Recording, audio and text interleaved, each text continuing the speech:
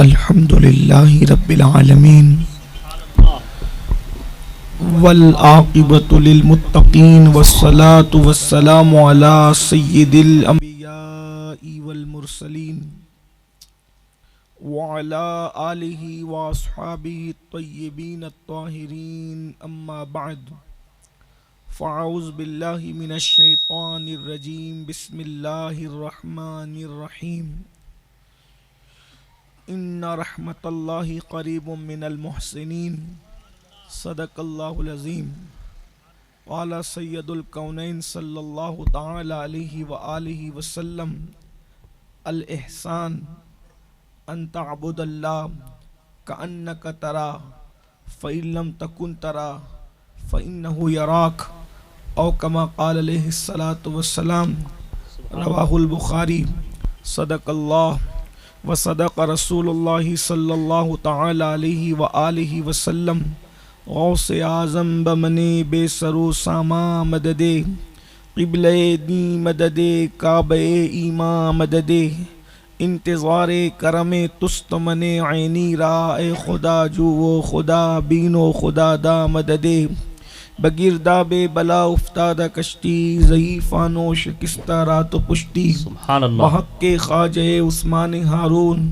مدد کن مدد کن مدد کن یا معین الدین چشتی منبر پر رونق افروز یادگار اسلاف حضور محسن ملت پیر طریقت حضرت سید محمد ہاشمی میاں عرف پیر باپو مدظل لہ العالی حضرت علامہ پیر سید شبیر باپو قادری مدظل لہ العالی حضرت پیر سید اقبال باپو قادری مدظل لہ العالی و جمیع عرش مقام سادات کرام علماء ذوی الاحترام حاضرین محفل پردہ نشین ماؤں اور بہنوں السلام علیکم ورحمۃ اللہ وبرکاتہ۔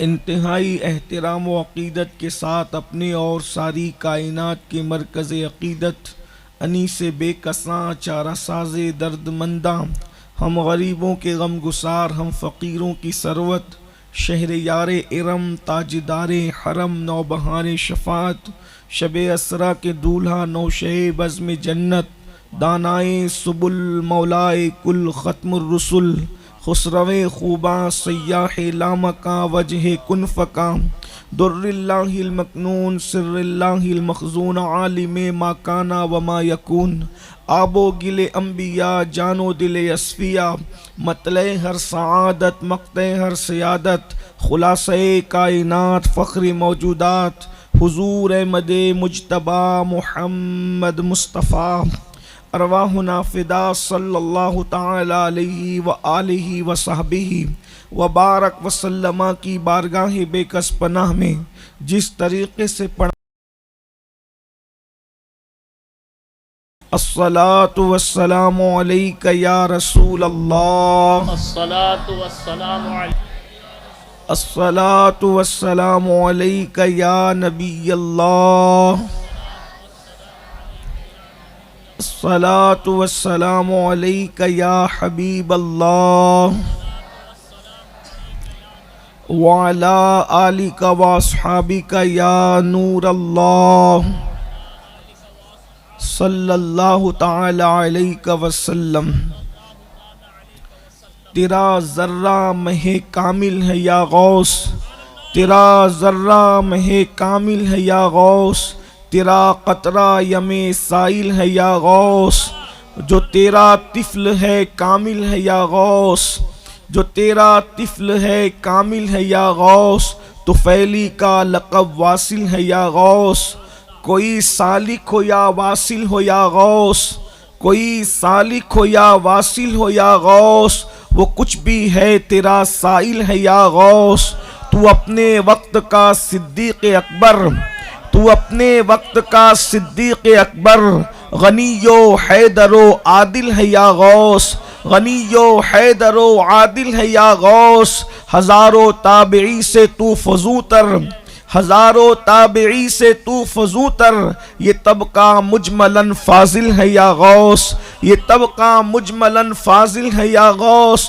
اور وہ کیا جانے گا فضل مرتضیٰ کو، وہ کیا جانے گا فضل مرتضیٰ کو، جو تیرے فضل کا جاہل ہے یا غوث، اور کہاں تو نے کہ جو مانگو ملے گا، کہاں تو نے کہ جو مانگو ملے گا، رضا تجھ سے تیرا سائل ہے یا غوث، گدا تجھ سے تیرا سائل ہے یا غوث، اور ہمارا خاتمہ بالخیر ہوگا، ہمارا خاتمہ بالخیر ہوگا، تیری رحمت اگر شامل ہے یا غوث۔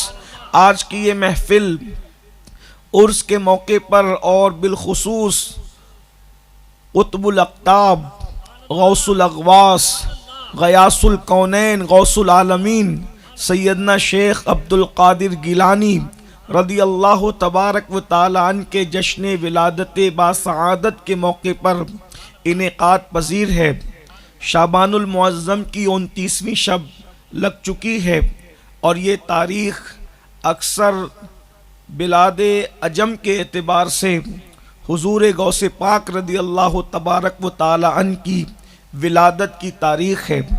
اس سے پہلے کہ حضور غوثیت مآب رضی اللہ تبارک و تعالی عنہ کی بارگاہ میں خراج عقیدت پیش کرنے کی سعادت حاصل کی جائے، میں اپنے نوجوانوں سے خصوصی توجہ کا طالب ہوں، اور امید کرتا ہوں کہ وہ توجہ فرمائیں گے کہ موجودہ حالات میں اس وقت ہماری ذمہ داری کیا ہے۔ ایک دور گزرا جب انبیاء کرام اور بالخصوص سید الانبیاء صلی اللہ تبارک و تعالی علیہ وآلہ وصحبہ وبارک وسلم کے فضائل و مناقب بیان کرتے وقت لوگ اکثر شش و پنج میں رہتے تھے کہ ہم اس کو بیان کریں گے تو لوگ مانیں گے یا نہیں مانیں گے، اس لیے کہ 1857 کے بعد ملک میں ایسے حالات بنا دیے گئے تھے تاکہ جب بھی رسول اللہ کے فضائل پڑھے جائیں تو اس کا مذاق اڑایا جاتا تھا، اور جو روایات پڑھی جاتی تھی یا تو اس کو من گڑت قرار دیا جاتا تھا یا تو اس پر ضعف کا الزام لگایا جاتا تھا۔ لیکن بھلا ہو ان قلندران وقت کا جن لوگوں نے لوگوں کی پرواہ کیے بغیر حضور اکرم صلی اللہ علیہ وآلہ وسلم کے فضائل اتنی کثرت سے پڑھے کہ باطل نوزائیدہ تحریک دم توڑ گئی، اور اس وقت اب پوری توجہ اولیاء اللہ اور ان کے فضائل اور مناقب کی طرف ہے۔ دنیا یہ چاہتی ہے کہ اللہ والوں کے فضائل اور مناقب بیان کرنے والے اسی طرح شش و پنج کا شکار ہو جائیں جیسے 1857 کے بعد فضائل رسالت مآب صلی اللہ علیہ وآلہ وسلم پڑھنے والوں کی بعض لوگوں کی پوزیشن ہو گئی تھی۔ یاد رکھیے، ہماری روایات، ہماری شناخت، ہماری پہچان سے ہمارے جوانوں کو دور کرنے کی کوشش کی جا رہی ہے، اور اللہ والوں کی کرامتوں کا مذاق اڑایا جاتا ہے۔ یہ باتیں کہی جاتی ہے، یہ کیسے ہو سکتا ہے کہ کوئی مردہ زندہ کر سکے، یہ کیسے ہو سکتا ہے کہ کوئی جو ہے وہ دل کی بات کو جان لے، یہ کیسے ہو سکتا ہے کہ کوئی کسی کی تقدیر کو بدل دے، یہ کیسے ہو سکتا ہے کہ معاذ اللہ کوئی خدائی کام کے اندر عمل دخل کر سکے۔ یاد رکھیں، ہمارا عقیدہ تو یوں بھی نہیں کہ ہم اللہ کے کاموں میں کسی کو عمل دخل کرنے والا مانے، مگر یاد رکھیں اللہ کے بعض محبوب بندے ایسے ہیں کہ جن کی دعاؤں سے تقدیر بدل جاتی ہے۔ اس کے شواہد قرآن میں موجود ہے، احادیث رسول میں موجود ہیں، دلوں کے حالات جاننے کی کیفیت احادیث مصطفیٰ میں موجود ہے۔ کسی ولی کی دعا سے مردے کو زندہ کرنے کا واقعہ قرآن مقدس کے اندر موجود ہے، لیکن بات اتنی ہے ہماری قوم کے پاس علم نہیں ہے، علم نہ ہونے کی وجہ سے انہیں گمراہ کیا جاتا ہے، اللہ والوں کی کرامتوں کا مذاق اڑایا جاتا ہے، اور بعض ابن الوقت حضرات کا حال یہ ہے کہ اللہ اکبر باطل کی زبان میں زبان ملا کر کے اللہ اکبر معذرت خواہانہ رویہ اختیار کر کے وہ بھی اللہ والوں کی کرامت سے ہاتھ سمیٹنے کی کوشش کرتے ہیں۔ اللہ۔ اچھی طرح یاد رکھیں، دنیا کے حالات بدلتے رہتے ہیں، مومن وہ نہیں جو حالات کو دیکھ کر کے بدل جائے۔ مومن کی شان یہ ہوتی ہے کہ وہ حالات کے رخ کو بدل دیتا ہے، وہ حالات کے رخ کو تبدیل کر دیتا ہے۔ میرے پیارے آقا صلی اللہ علیہ وآلہ وسلم کے پیارے دیوانوں، اولیاء اللہ کی کرامات قرآن مقدس کے اندر موجود ہے۔ اب میں آپ کے سامنے اس سے پہلے کہ غوثیت ماپ کا تذکرہ چھڑے، غوث پاک کے بارے میں اہل سنت کا اس پر اجماع ہے کہ مرشد غوث اعظم نے مردوں کو زندہ کیا ہے، ان کی ٹھوکروں سے مردہ زندے ہوئے ہیں۔ آپ کو میں بتاؤں اب قرآن میں کہاں ہے، اور میں نبی کا ذکر نہیں کر رہا ہوں بلکہ میں ولی کا ذکر کرنے لگا ہوں۔ مشہور سورت ہے، شاید ہی کوئی مسلمان کا بچہ اس سورت سے ناواقف ہوگا، سورہ یاسین، جسے قرآن کا دل کہا جاتا ہے، جسے قرآن کا قلب کہا جاتا ہے۔ اللہ اکبر، یہ وہ مبارک سورت ہے، فرمایا گیا جب کوئی دنیا سے جانے والا ہو اس کے سرہانے بیٹھ کر سورہ یاسین کی تلاوت کی جائے، سورہ یاسین کی تلاوت سے موت آسان ہو جاتی ہے۔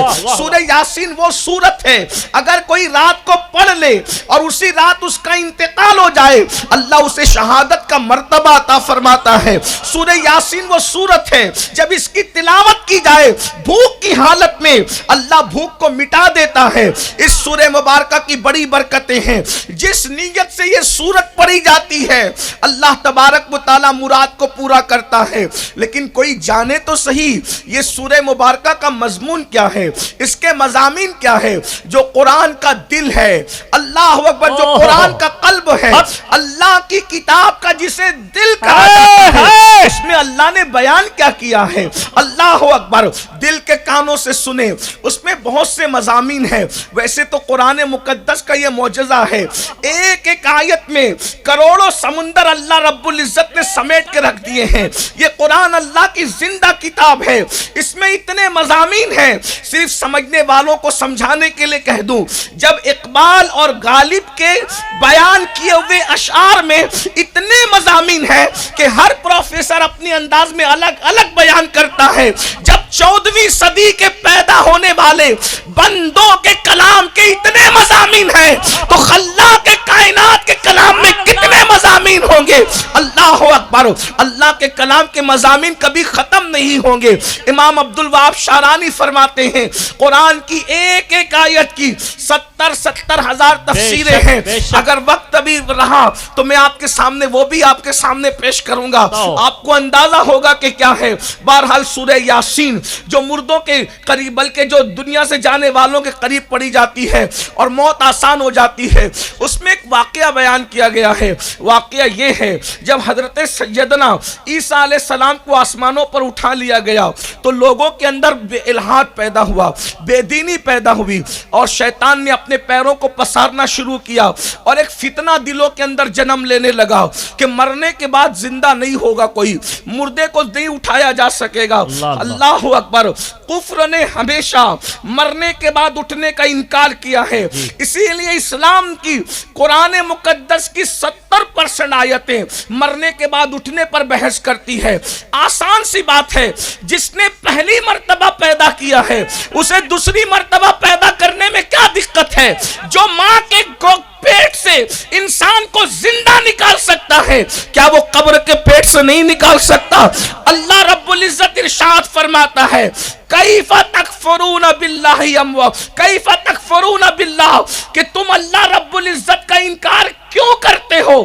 اللہ پاک ارشاد فرماتا ہے کیوں؟ اللہ پاک ارشاد فرماتا ہے کنتم امواتا، تم سب مردہ تھے، تم پہلے، ہم پہلے زندہ نہیں تھے، پہلے مردہ تھے۔ اللہ پاک فرماتا ہے فاحیاکم، پھر میں نے تمہیں زندہ کیا، ثم یمیتکم، پھر تمہیں موت عطا کروں گا، ثم یحییکم، تمہیں پھر زندہ کروں گا۔ پہلے تو سب مردہ تھے۔ جانتے ہیں آپ ایک ناپاک قطرے کے اندر انسان مردہ نہیں تھا تو کیا تھا؟ زندہ کس نے کیا؟ جو پہلی بار زندہ کر سکتا ہے کیا وہ دوسری بار زندہ نہیں کر سکتا؟ تو یاد رکھیں مرنے کے بعد اٹھنے کا عقیدہ انسان کو جو ہے گناہوں سے بچا لیتا ہے، برائیوں سے بچا لیتا ہے، عیاشیوں سے بچا لیتا ہے، آوارگی سے بچا لیتا ہے۔ آپ جانتے ہیں آج دنیا عیاش اس لیے ہو رہی ہے، آج دنیا آوارہ اس لیے ہو رہی ہے، آج دنیا بدبختی کی طرف اس لیے جا رہی ہے کہ مرنے کے بعد اٹھنے کا عقیدہ کمزور ہو چکا ہے، اور آج وہ عیاذ ذہن لوگ مردوں کو زندہ کرنے کا انکار اس لیے کرتے ہیں تاکہ لوگوں کا عقیدہ کمزور ہو جائے، اور ہم اہل سنت کو اللہ مردہ زندہ کرے گا سمجھانا مشکل نہیں ہے۔ جب یقین ہو جائے گا کہ عبد القادر مردہ زندہ کر سکتا ہے، جب عبد القادر مردہ زندہ کر سکتا ہے تو قادر جو اس کا خدا ہے وہ کیوں زندہ نہیں؟ سبحان اللہ، نعرہ تکبیر، ہاتھوں کو لہرا کر نعرہ رسالت، نعرہ رسالت، نعرہ حیدری، فیضان غوث اعظم۔ یہ جو انٹرنیٹ پر بیٹھے ہوئے نابالغ محققین غوث پاک کے مردہ زندہ کرنے کا انکار کرتے ہیں، یہ عیسائی اور یہودیوں کے ایجنٹ ہیں تاکہ اللہ کی قدرت سے تمہارے عقیدے کو کمزور کر سکیں۔ لیکن اس طریقے کے نابالغ محققین کی تحریک دم توڑ چکی ہے، دم توڑ دے گی، لیکن اہل سنت کا عقیدہ کبھی کمزور نہیں ہو سکتا۔ بے شک، اور یاد رکھنا ولیوں کو جو مانے گا اس کا فائدہ ہے، ولیوں کا کوئی فائدہ نہیں ہے، وہ تو اللہ کے اولیاء ہیں، وہ تو اللہ کے دوست ہیں، ان کا تو یہاں بھی معاملہ نرالا ہے اور وہاں بھی معاملہ نرالا ہوگا، وہ تو نور کے منبروں پر بیٹھے ہوں گے، ان کی شانیں نرالی ہوگی، ان سے رشتہ جوڑ لو، اللہ اکبر، یہاں بھی کامیابی وہاں بھی کامیابی۔ میں یہ بات عرض کر دوں، مرنے کے بعد اٹھنے کا عقیدہ جتنا کمزور ہوگا انسان اتنا بگڑے گا۔ آج قوم مسلم کے اندر شراب کیوں عام ہے؟ کیونکہ مرنے کے بعد اٹھنے کا عقیدہ کمزور ہوا ہے۔ اللہ اکبر۔ اگر مرنے کے بعد اٹھنے کا عقیدہ مضبوط ہوگا تو انہیں پتا ہوگا کہ شرابی جب اپنی قبر سے اٹھے گا یا تو سور کی شکل لے کر اٹھے گا یا تو بندر کی شکل لے کر اٹھے گا۔ جب اس کو یہ یقین ہو جائے گا کہ میں اگر نشہ کروں گا تو سور اور بندر کی شکل لے کر کے اٹھوں گا۔ لوگ چگل خوری کیوں کرتے ہیں؟ اللہ کے رسول علیہ السلام کی باتوں پر عقیدہ کمزور ہو گیا۔ اللہ کے رسول علیہ السلام فرماتے ہیں چگل خور جب اپنی قبر سے اٹھے گا تو کتے کی شکل میں اٹھے گا۔ اللہ اکبر۔ لوگ گھمنڈ کیوں کرتے ہیں؟ لوگ گھمنڈ اس لیے کرتے ہیں کہ ان کو حضور کی بات پر وہ یقین نہیں جو ہونا چاہیے، بلکہ لوگوں کو پتہ بھی نہیں ہوگا۔ حدیث پاک میں آیا ہے کہ جو لوگ گھمنڈ کرتے ہیں قیامت کے دن وہ درندوں کی شکل میں اٹھیں گے، درندے جیسے ہوتے ہیں درندوں کی شکل میں اٹھیں گے۔ اللہ اکبر۔ جو دھوکہ دیتے ہیں وہ لومڑی کی شکل میں اٹھیں گے۔ اسی طریقے سے جو زنا کرتے ہیں وہ سور کی شکل میں اٹھیں گے، خنزیر کی شکل میں اٹھیں گے۔ یہ باتیں پتہ ہو جائے تو کون کیا کرے گا؟ لوگ صحابہ کیوں ڈرتے تھے، اولیاء کیوں لرزتے تھے؟ ان کو مرنے کے بعد اٹھنے پر یقین تھا، اور کیسا یقین تھا؟ اپنی ماں کا بیٹا ہونے پر جتنا یقین تھا اس سے زیادہ ان کو اللہ رسول کی باتوں پر یقین تھا۔ مرنے کے بعد اٹھائے جاؤ گے۔ ابو جہل ایک مرتبہ قبرستان کی ہڈی اٹھا کر کے لایا اور کہتا ہے محمد کہتے ہیں کہ اس میں جان پیدا ہوگی، بولو اس کو اللہ زندہ کر سکتا ہے؟ اس طریقے سے لوگوں کو کہتا تھا۔ لیکن قرآن کی 70% آیتیں، 6000 سے زائد آیتوں میں سے 70% آیتیں کو آخرت پر بحث کرتی ہے اور مردے زندے ہونے کی بات کرتی ہے۔ بلکہ ہم لوگ جب کسی مردے کو مٹی دیتے ہیں اس وقت بھی زندہ ہونے کا تذکرہ ہم دعا کے طور پر آیتیں پڑھتے ہیں، منہا خلقناکم، اسی مٹی سے تمہیں پیدا کیا گیا، وفیہا نعیدکم، اسی میں ملا دیا جائے گا، ومنہا نخرجکم تارۃ اخری، پھر اسی مٹی سے تمہیں اٹھایا جائے گا، اٹھایا جائے گا تو پھر اٹھایا جائے گا۔ بہرحال میں عرض یہ کر رہا تھا، مرنے کے بعد زندہ ہونے کا عقیدہ لوگوں کے درمیان مشکوک ہو گیا کہ کوئی کیسے زندہ ہو سکتا ہے مرنے کے بعد۔ یہ شیطان کا سب سے بڑا ہتھیار ہے۔ جب آدمی مرنے کے بعد زندہ ہونے کے عقیدے سے ہاتھ دھو لے پھر وہ فرعون بن جاتا ہے، نمرود بن جاتا ہے۔ ہاں یہ بات یاد رکھنا۔ اور اس وقت حضرت عیسیٰ علیہ السلام تو چونکہ آسمان پر اٹھا لیے گئے، جی حضرت عیسیٰ علیہ السلام کو موت نہیں آئی ہے۔ ابھی آج کل قادیانی اس پر بھی بہت محنت کر رہے ہیں۔ جی میں 2 دن پہلے قادیان گیا ہوا، میرا پروگرام تھا قادیان کے قریب، تو میں نے سوچا کہ قادیان بھی، میں قادیان گیا تو وہاں پر ان کے مبلغین سے میری بحث ہوئی۔ میں نے کہا کہ تم اس کو کیا مانتے ہو؟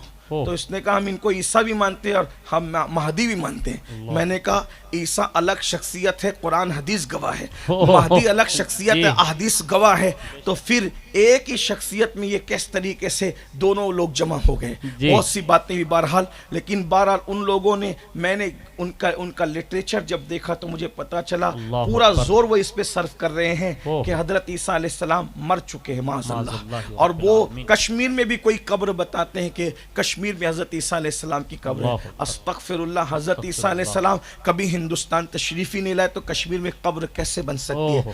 ہمیں عقیدے پہ اس وقت تو بہت زور دینے کی ضرورت ہے.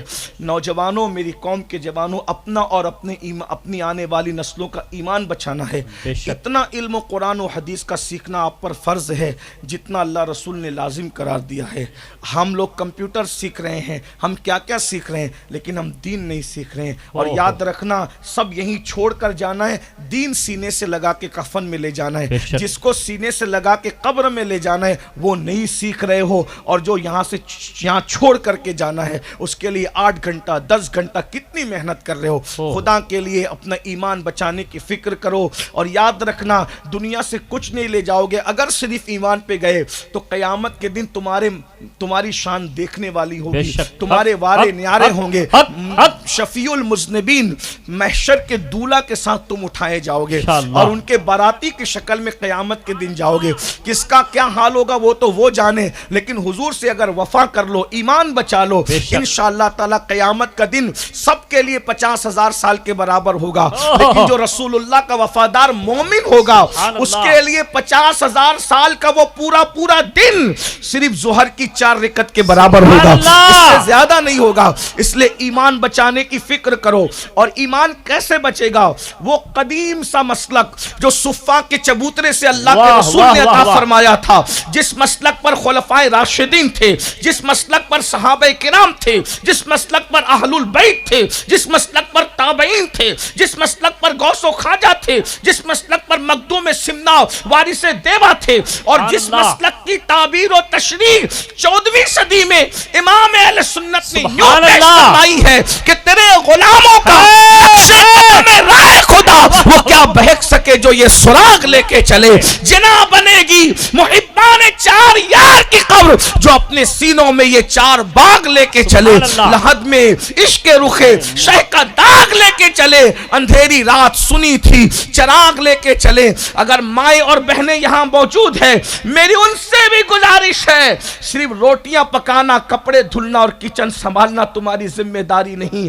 اپنے بچوں کے سینے میں وہ عقیدہ پیدا کرو جس عقیدے کو سیدہ فاطمہ الزہرا سے تم نے پایا ہے، سیدہ زینب سے تم نے پایا ہے، سیدہ عائشہ صدیقہ اور سیدہ خدیجہ الکبریٰ سے تم نے پایا ہے. نفیسہ مصری، رابعہ بصری جس عقیدے پر قائم تھی وہ عقیدہ اپنے بچوں کے سینے میں منتقل کرنا ہوگا، تب ہم اپنے بچوں کا ایمان بچا سکیں گے.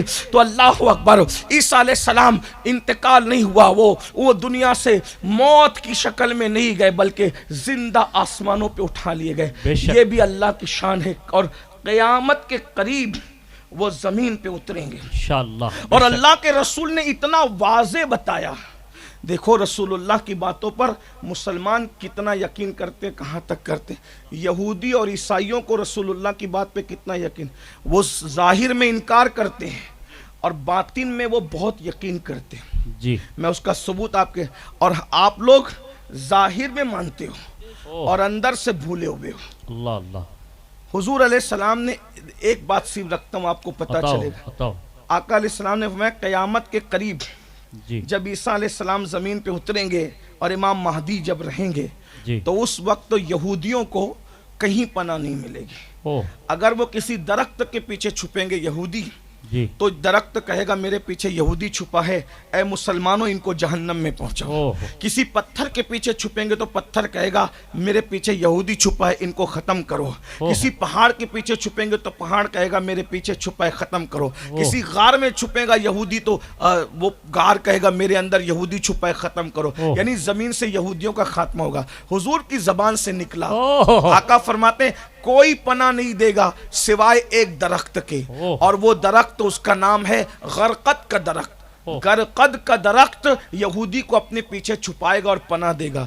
بظاہر تو یہودی حضور کو نہیں مان رہا ہے، حضور کی بات کو نہیں مان رہا ہے، لیکن آپ انٹرنیٹ پر جا کے سرچ کرو تو پتہ چلے گا یہودی کوئی درخت نہیں لگا رہا ہے. یہودی اپنے علاقے میں صرف غرقت کا درخت لگا رہے ہیں. بلینوں کی لاکھوں کی تعداد میں وہ لوگ جو ہے وہ فارمنگ کر رہے ہیں اور لاکھوں کی تعداد میں وہ غرقت کا درخت لگا رہے ہیں. مسلمانوں جو نبی کا ظاہر میں انکار کرتا ہے اس کو رسول اللہ کی بات پہ کتنا یقین ہے کہ آقا نے فرمایا غرقت کا درخت یہودی کو چھپائے گا. تو وہ رسول اللہ کی بات پر یقین کرتے ہوئے اپنے چھپنے کا یا اپنی آنے والی نسلوں کے چھپنے کا انتظام کر رہا ہے. اور مسلمان تو اپنے نبی کو نبی مان کر کے ان کی بات پر تو کب یقین کرے گا میرے بھائی؟ بتا تو کب یقین کرے گا؟ تیرا ایمان کتنا کمزور ہو گیا. کہا کیا کمزور ہوا امین القادری ہمارا ایمان؟ میں نے کہا پولیس کے رجسٹر میں تیرا نام آتا ہے تو تیری رات کی نیند اڑ جاتی ہے، جبکہ پولیس کو رشوت دے کر کے تو نام کٹا سکتا ہے، کسی سیاسی لیڈر کو لے جا کے نام کٹا سکتا ہے، کچھ لے دے کر کے نام کٹا سکتا ہے. رسول اللہ فرما رہے اگر تو نے جان بوجھ کے نماز چھوڑ دی تو تیرا نام جہنم کے دروازے پہ لکھا جائے گا، اور جس کا نام جہنم کے دروازے پہ لکھا جائے گا وہ جہنم میں ضرور جائے گا. اگر تجھے رسول اللہ کی بات پہ ویسا ہی یقین ہوتا جیسا ایک سچے مومن کو ہونا چاہیے تو تجھے رات کو نیند آتی؟ تو کہے لگا کے ہنستا میرے بھائی؟ تو دکان پہ بیٹھا رہتا؟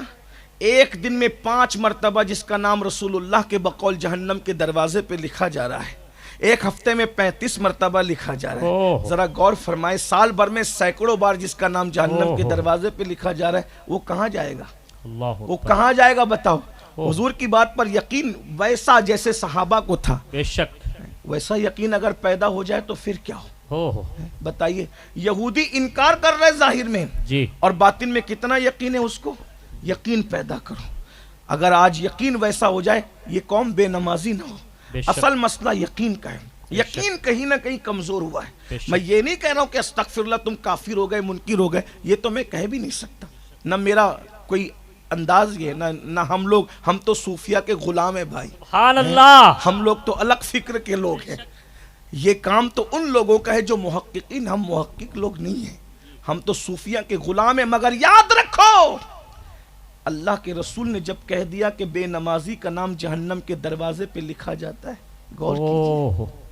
ایک دن میں 5 بار تمہارا نام بھی، تمہارے بچوں کا نام بھی، تمہاری بیوی کا نام بھی، تمہارے ماں باپ کا نام بھی. پھر آپ کہتے ہیں سکون نہیں ہے. میں نے کہا جس کا نام ایک دن میں 5 بار جہنم پہ لکھا جائے اس کو سکون کیسے ملے گا؟ اس کو راحت کیسے ملے گی؟ تھوڑا غور کرو. مسلمان ہو تو مسلمان ہونے کا تھوڑا خیال کرو. رسول اللہ کے امتی ہو اور رسول اللہ کے امتی ہونے کا خیال کرو. میرے بھائی وہ کافر ہو کر کے اندر سے حضور کی بات پر کتنا یقین رکھتے ہیں، بلکہ حضور علیہ الصلوۃ والتسلیم کی باتوں پر یقین کرنے کی وجہ سے وہ کہیں نہ کہیں اپنے آپ کو چھپانے کا انتظام کر رہے ہیں. حالانکہ جن کو وہ نبی مانتے ہیں ان انبیاء کی تعلیمات میں غرقت کا ذکر نہیں ہے. جن کو وہ کتاب مانتے ہیں ان کتابوں میں نہیں ہے. یہ ذکر صرف مصطفیٰ جان رحمت نے فرمایا ہے. ارے جب دشمن ان کی بات پر اتنا یقین کرتا ہے تو غلاموں کو ان کی بات پر کتنا یقین کرنا چاہیے. بے شک حق. لیکن برا ہو اس کا جہالت کا، برا ہو لا علمی کا، برا ہو ان پڑھ پن کا، برا ہو دین سے دوری کا.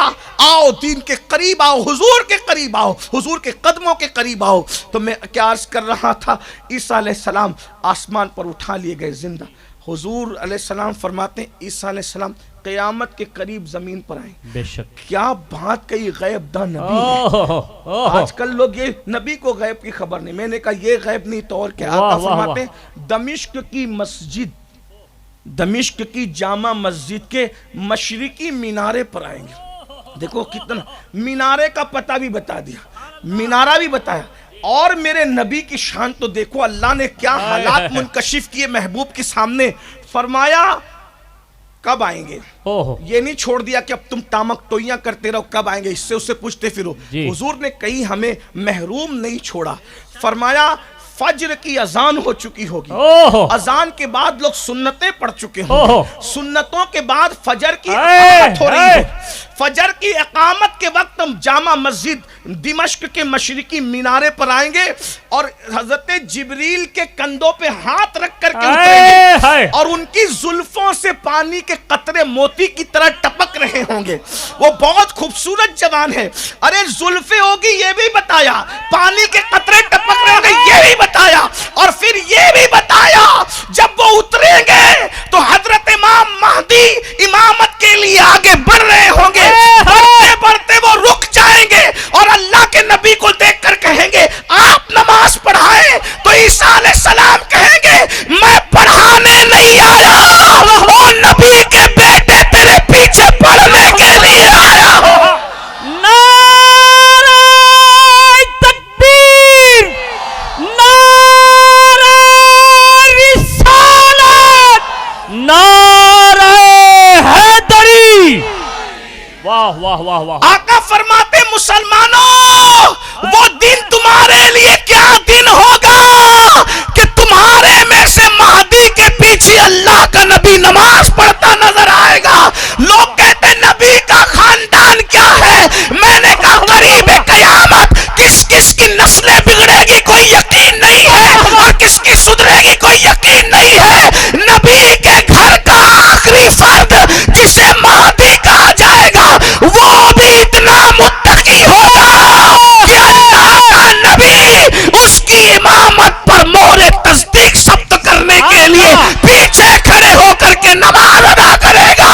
ارے نبی کا آخری بیٹا اتنی شان والا ہے تو نبی کا پہلا بیٹا حسن کتنی شان والا۔ سبحان اللہ۔ نعرہ تکبیر، نعرہ رسالت، خاندان اہل بیت، فیضان غوث اعظم۔ یہ خون مصطفیٰ کی تاثیر ہے کہ کون کتنا بگڑے گا وہ جانے، خون مصطفیٰ اولاد مصطفیٰ کو بگڑنے نہیں دے۔ توجہ تو فرما، کیا شان ہے رسول اللہ کے خاندان کی، جن کے گھر میں بے اجازت جبرائیل آتے نہیں، قدر والے جانتے ہیں قدر شان اہل بیت۔ سبحان اللہ۔ نبی کسی کے بھی پیچھے کھڑے ہو کے نماز پڑھ لے گا؟ نبی کسی، وہ بھی عیسیٰ جیسا نبی؟ نبی تو سب شان والے نبی ہے۔ یہ حضرت عیسیٰ 4 نبیوں میں جو سب سے بڑھ کر شان والے، ان میں سے حضرت عیسیٰ علیہ السلام، کنواری بطول مریم، کیا شان والے نبی کے بیٹے ہیں، جس کے پیچھے عیسیٰ کھڑے ہو کرنا، نبی جس کے پیچھے کھڑے ہوں ان کی امامت کی تصدیق کرنے کے لیے حضور نے کہا تھا صحابہ سے وہ دن تمہارے لیے کیسا دن، وہ دن تمہارے لیے کیسا دن ہوگا کہ جب اللہ کا حضور نے کتنی باریکی سے بتایا، ایسے اتریں گے، ایسے آئیں گے، ایسے آئیں گے، ایسے۔ لیکن ہمیں نہیں معلوم نا، ہم پڑھتے نہیں، اور جہاں یہ باتیں کہی جاتی ہیں ہم سنتے نہیں، اور جہاں سنتے ہیں وہاں شک کرتے ہیں، کیونکہ آپ کے دماغ کے اندر یہ بات ڈال کہ وہ تو غیب نہیں جانتے۔ میں نے کہا ارے نبی ہوتا ہی ہے غیب کی خبر دینے والا۔ سبحان اللہ۔ جو غیب نہ جانے وہ نبی کیسے ہو سکتا ہے؟ ہاں ذرا ہمارا عقیدہ یہ ضرور ہے، اللہ کے بتائے بغیر کسی کو کوئی علم نہیں ہے، جس کو جو کچھ ہے وہ سب اللہ کی عطا سے ہے۔ بے شک بے عطا الہی ہم کسی کے لیے نہیں، کچھ نہیں، ایک ذرہ نہیں مانتے کسی کے لیے، جو کچھ ہے وہ سب عطا الہی ہے، اور کوئی غیب کیا تم سے نہا ہو بھلا، جب نہ خدا ہی چھپا تم پہ کروڑوں درود۔ میں آپ کے سامنے ساتھ ساتھ چونکہ غوث پاک کی ولادت کا جشن، اس لیے میں عقیدے کی بات کر رہا ہوں، تو بہرحال حضرت عیسیٰ علیہ السلام کبھی انشاءاللہ موقع رہا تو قیامت کی ان نشانیوں پر کبھی گفتگو تفصیل سے ہو سکتی ہے۔ بلکہ آپ کو یہ بھی بتاؤں، حضرت عیسیٰ کو تو یہاں تک بتا دیا کہ زلفیں سے پانی کے قطرے ٹپک رہے، امام مہدی کے لیے تو یہ بھی بتایا ان کا قد میانہ ہوگا، ان کے گال پر الٹی طرف تل ہوگا، جس کی نگاہ سے مہدی کے گال کا تل نہ چھپ سکے۔ یہ میرے محبوب کی شان ہے، اس کی ذات اور نگاہوں سے ہمارے دل، توجہ کریں، جس کی نگاہوں سے مہدی کا تل نہ چھپے، اس کی نگاہوں سے ہمارے دل کیا چھپ سکتے ہیں؟ غور تو فرما، وہ ہمارا نبی ہے اور ہمارا نبی ہے، سب سے اولا وہ اعلیٰ ہمارا نبی، سب سے بالا وہ اعلیٰ ہمارا نبی، اپنے مولا کا پیارا ہمارا نبی، دونوں عالم کا دولہ ہمارا نبی، خلق سے اولیاء، اولیاء سے رسول اور رسولوں سے اعلیٰ ہمارا نبی، جس نے ٹکڑے کیے ہیں قمر کے وہ ہے نور وحدت کا ٹکڑا ہمارا نبی۔ کون دیتا ہے؟ دینے کو منہ چاہیے، دینے والا ہے سچا ہمارا نبی۔ سبحان اللہ۔ نعرہ رسالت، نعرہ رسالت، تاجدار ختم نبوت۔ اپنے نصیبے پہ ناز کرو، نبی بھی ملا تو ایسا نبی ملا جس سے دل نہ چھپ سکا، اس سے دل کیا چھپ سکا۔ حضرت عیسیٰ کے اللہ اکبر زلفوں کے پانی کے قطرے جس کی نگاہ سے نہ چھپ. ارے قدرت نے جب اپنے آپ کو نہیں چھپایا تو ان سے چھپایا کیا؟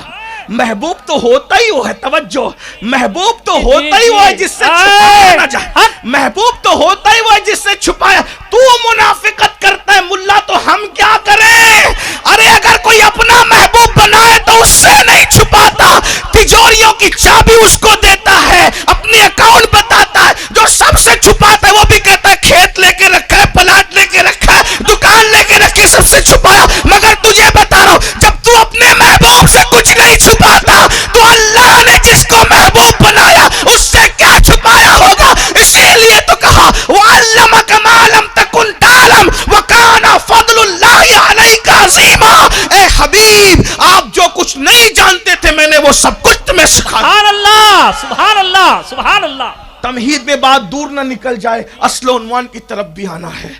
حضرت عیسیٰ علیہ السلام آسمان کی طرف اٹھا لیے گئے تو لوگوں کا عقیدہ کمزور کر دیا شیطان نے. مرنے کے بعد کوئی اٹھے گا کہ نہیں اٹھے گا. عیسیٰ علیہ السلام نے اپنے ایک حواری کو، غلام کو، مبلغ کو ارشاد فرمایا خواب میں، تم جاؤ صادق، ان کا نام صادق تھا، صادق تم جاؤ اور جا کر کے آپ انطاکیہ کی سرزمین پر یہ جو گندا عقیدہ پھیلا ہوا ہے اس کی اصلاح کرو. حضرت صادق نبی آسمانوں پر چوتھے آسمان، اور نبی کو خبر ہے کہ انطاکیہ میں گندگی پھیلے. غور کریں نا، چوتھے آسمان دور ہے یا گنبد خضرا دور ہے؟ توجہ تو فرمائے نا.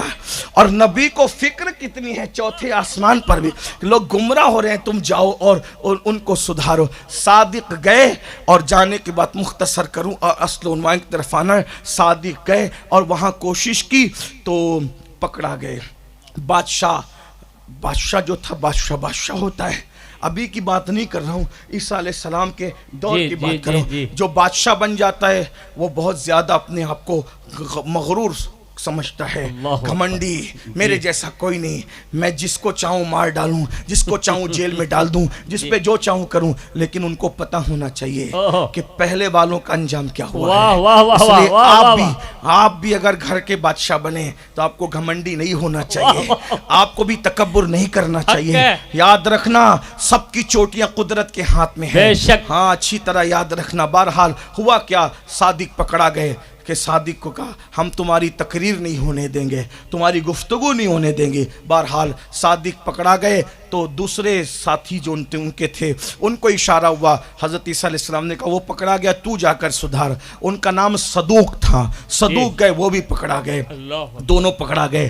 اب حضرت عیسیٰ علیہ السلام نے اشارہ کیا میں یہ ابن عباس سے لے کر جو ہے وہ صاحب ضیاء القرآن تک اور صاحب خزائن العرفان تک سب کا نچوڑ اپنے الفاظ کے جامع میں پیش کر رہا ہوں. جو جی چاہے تفسیر اٹھا کر کے آپ دیکھ لیں، آپ کو الفاظ الگ ملیں گے لیکن مفہوم مکمل یہی ملے گا جو میں آپ کے سامنے پیش کر رہا ہوں. تو پھر اس کے بعد تیسرے مبلغ کو کہا شمون تم جاؤ اور تم ان دونوں کو بھی چھڑا لاؤ اور ان کو ہدایت کے راستے بھی دکھاؤ. شمون جو تھے وہ حکمت والے آدمی، وہ بھی حکمت والے تھے لیکن وہ گئے اور جا کر کے کچھ دیر میں پکڑا گئے. شمون گئے، انہوں نے تبلیغ نہیں کی. یاد رکھنا تبلیغ کے لیے حکمت بہت ضروری ہے. ادعو الی سبیل ربک بالحکمہ والموعظۃ الحسنہ وجادلہم باللتی ہی احسن. قرآن کہتا ہے لوگوں کو اللہ کی طرف حکمت کے ساتھ بلاؤ، اچھی گفتگو کے ساتھ بلاؤ، اور اگر کبھی لڑنا بھی پڑے تو وجادلہم باللتی ہی احسن. جھگڑا بھی کرو تو جاہلوں کی طرح نہ کرو، بلکہ اگر مجادلہ بھی کرنا پڑے تو اس میں اپنے مذہب، مسلک اور اپنے علمی وقار کو سامنے رکھ کر گفتگو کرو تاکہ لڑائی جھگڑے میں بھی آپ سے کوئی گالی نہ سن سکے. یاد رکھنا جب آپ کے ہاتھ میں چائے کا کٹورا ہے، دھکا لگے گا تو کیا گرے گی؟ ہیں دھکا جب بھی لگتا ہے تو کیا گرتا ہے؟ جو ہوتا ہے وہ گرتا ہے. اندر جو ہوتا ہے غصے میں وہی باہر نکلتا ہے. جو گالیاں دیتے ہیں اندر گالیاں ہوتی ہے تو باہر گالیاں نکلتی ہیں. اللہ اکبر. لیکن اگر اندر حلم ہوگا، صبر ہوگا. ایک بات یہاں یاد آ گئی، حضرت امام حسن کو مروان نے گالی دی. مروان نے گالی دی تو امام حسن نے کہا میں گالی کے بدلے تجھے گالی نہیں دوں، کیونکہ گالی دینا میرے خاندان کی شان ہی نہیں ہے. میں گالی کے بدلے گالی، اگر میں نے گالی دے دی تو مروان کے اندر اور حسن کے اندر فرق کیا ہے؟ اس لیے، اور گالی اس لیے بھی نہیں دوں گا گالی کے مقابلے میں، اگر گالی کے مقابلے میں نے گالی دے دی تو میرا اجر کم ہو جائے گا اور تیرا عذاب کم ہو جائے گا. نہ میں یہ کم کرنا چاہتا ہوں نہ وہ کم کرنا چاہتا ہوں. پتا چلا اللہ والے گالی کے بدلے میں گالی اس لیے نہیں دیتے. نمبر ایک، کیا اللہ والے میں اور شیطان والے میں فرق رہے، اللہ والے میں نفس والے میں فرق رہے. اور گالی کے بدلے میں چپ ہو جاؤ مسکرا کر تو اس کا گناہ زیادہ بڑھے گا، تمہارا اجر زیادہ بڑھے گا. گالی کے بدلے میں گالی دو گے تمہارا اجر کم ہو جائے گا، اس کا عذاب کم ہو جائے گا. اس لیے گالی دینے والا بہادر نہیں ہوتا، گالی سن کر مسکرانے والا، چپ رہنے والا بہادر ہوتا ہے. بہرحال اس لیے گالی پر بھی کنٹرول کرو. حضور غریب نواز فرماتے ہیں جس نے گالی دی اور توبہ نہیں کی اور جس کو گالی دی اس سے معافی نہیں مانگی، ڈر ہے کہ مرے گا تو اس کی زبان پہ کلمہ طیبہ نہیں آئے گا. گالی دینے والے کی زبان پہ کلمہ طیبہ نہیں آئے گا. آج تو لوگ بیوی کو بھی گالی دیتے ہیں، بچوں کو بھی گالی دیتے ہیں، ماں بہن کی گالی دیتے ہیں. اللہ کی پناہ، ان کی زبان پہ مرتے وقت تو کلمہ کیسے آئے گا؟ اللہ کے بندو اس پر بھی خیال کرو. بہرحال شمعون نے حکمت سے کام لیا. شمعون پبلک کے پاس نہیں گئے اور پبلک کے پاس نہیں گئے، وہ سیدھا بادشاہ کے یہاں نوکری کرنے لگے. دیکھو کبھی کبھی کام دیر تک ہوتا ہے، نتیجہ بہت دیر بعد ظاہر ہوتا ہے، لیکن اس کے اثرات بہت بڑے ہوتے ہیں. تو حضرت شمعون نوکری کرنے لگے. اب شمعون تو چونکہ حواری تھے حضرت عیسیٰ علیہ السلام کے، حکمت کے ساتھ اب علم تھا، تقوی تھا، پرہیزگاری تھی. چند ہی دنوں میں بادشاہ کی نظروں میں آ گئے. خوبصورت جوان تھے اور علم تھا، سچائی تھی. بادشاہ نے کیا کیا؟ ان کو اپنا خاص مشیر بنا لیا، مشیر خاص بنایا. اب بادشاہ کی ذہن سازی کرنے اس سے پتا چلا ایک عام آدمی پہ محنت کرنے کی بجائے ایک خاص آدمی پہ ایسی محنت کی جائے کہ جس کے پیچھے بہت سارے لوگ ہیں. اللہ اکبر. یہ حضور علیہ السلام کی سنت بھی ہے، کاش کہ ہماری قوم بھی اس کو سمجھتی. اللہ اکبر. تو شمعون جب بہت معتمد ہو گئے بادشاہ کے تو ایک دن بادشاہ سے باتوں میں بات کی کہ میں نے سنا ہے کہ وہ دو چار کچھ مبلغ لوگ آئے تھے اور وہ کچھ پکڑا سے گئے ہیں. بادشاہ نے کہا ہاں وہ پتہ نہیں کون لوگ تھے، اپنے الفاظ میں سمجھانے کے لیے پتہ نہیں کون بیکورڈ لوگ تھے، ذلیل لوگ تھے، غلط باتیں کرتے تھے، ہم نے ان کو پکڑ کر کے جیل میں ڈلوا دیا. تو شمعون نے دھیرے سے پوچھا بادشاہ سلامت، آپ کا اقبال بلند ہو، کیا آپ نے ان کی تقریر سنی تھی؟ کہا نہیں میں نے تقریر نہیں سنی تھی. کہا کافر. کہا مجھے رپورٹ لگی تھی. کہا بتائیں آپ جیسا بادشاہ لوگوں کے سنے پر عمل کر کے اتنے اس طریقے سے، آپ تو ظلم کرنے والے آدمی نہیں، کبھی ان کی گفتگو بھی سنی ہوتی، کبھی ان سے بات چیت بھی سنی ہوتی. یاد رکھنا باطل پروپیگنڈا اسی طرح کرتا ہے. یہ تو بدعتی لوگ ہیں، ان کی کیا سنتے ہو؟ یہ تو قبر پجوا لوگ ہیں، ان کی کیا سنتے ہو؟ میں کہتا ہوں نادان، اگر ہم قبر پجوا لوگ ہوتے تو ہم مسجد کیوں بناتے؟ ہم قبروں پر اکتفا کرتے. لیکن اب بھی جنہیں تم قبر پجوا کہتے ہو، پوری دنیا میں 80% مساجد کس کی ہے؟ تو اسے اہل سنت و جماعت کہا جاتا ہے. اتنا لوگوں نے قبضہ کیا، پھر بھی ہماری ابھی بھی پوری دنیا میں 80% سے زیادہ مسجدیں ہیں.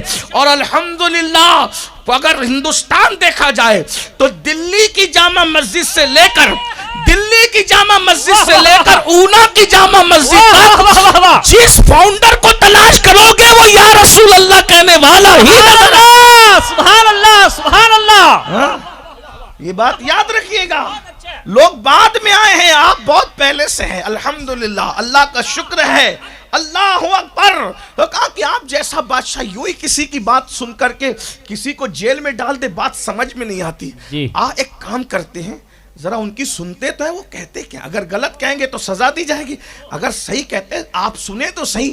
اور اس کے بعد کہا لاؤ ان کو، کیونکہ بادشاہ کے اتنے معتمد ہو چکے تھے، اتنے مقرب ہو چکے تھے. شمعون سورہ یاسین بیان کرنا.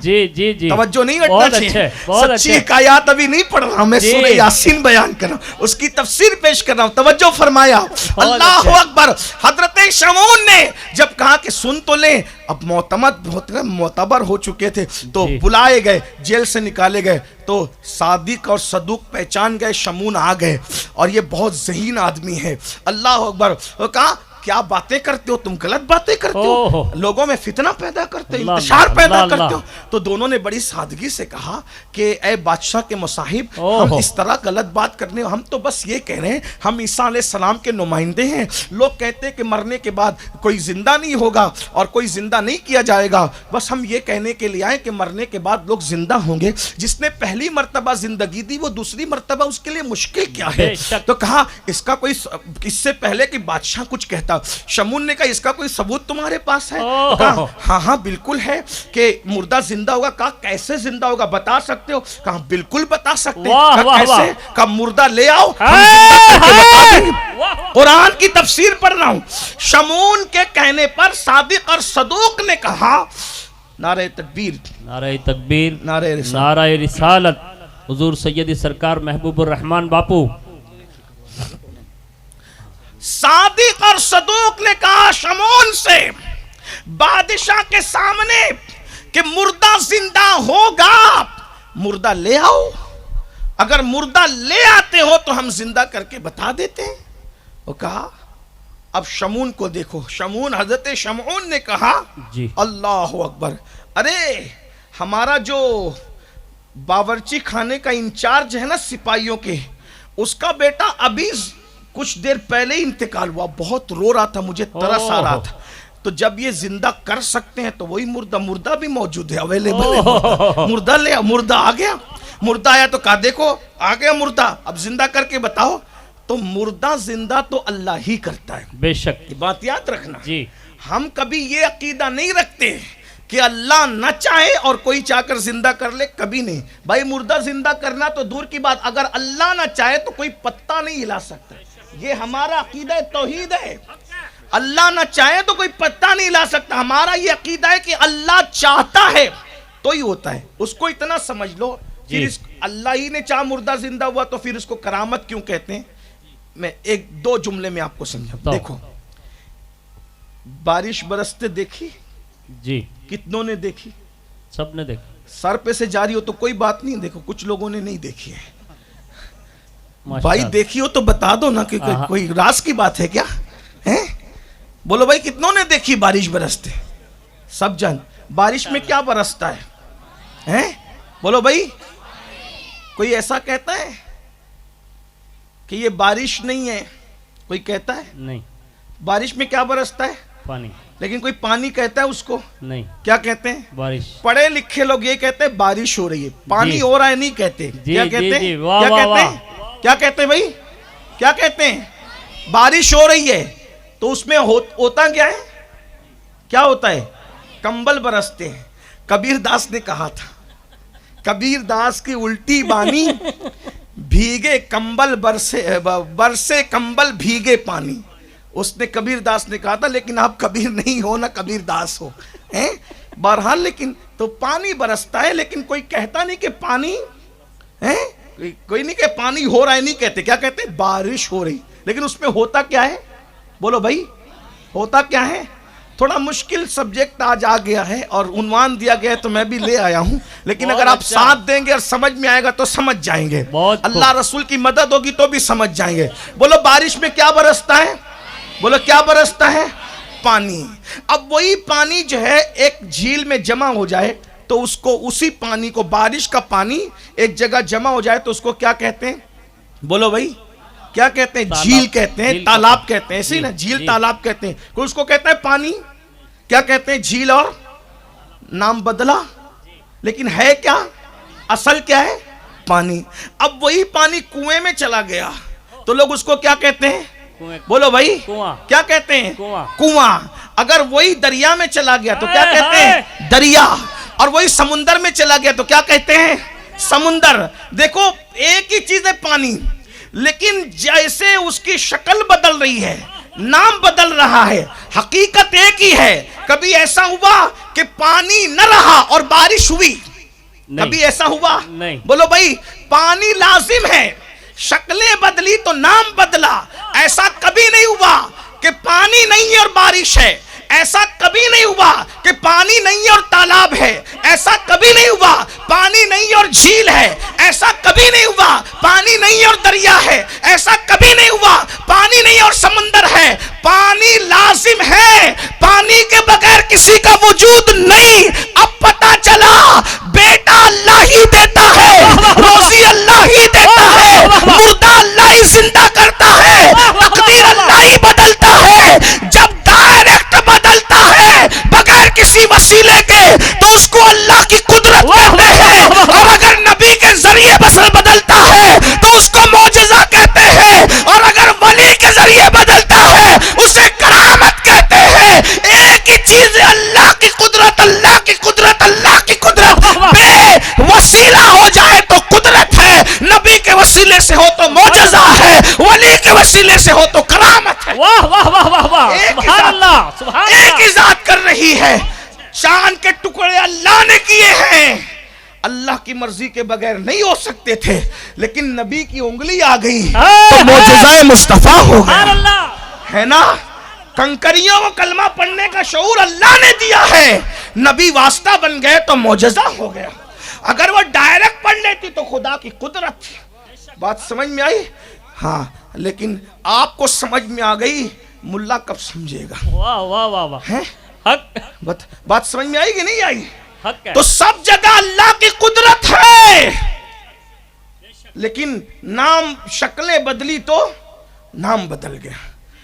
جیسے ہر جگہ پانی اصل ہے، جی ہر جگہ پانی اصل، پانی اصل ہے، لیکن شکلیں بدلی تو نام بدلنے پہ کوئی فتویٰ لگاتا ہے یہ تو پانی تھا، یہ بارش کیسے نام پڑ گیا؟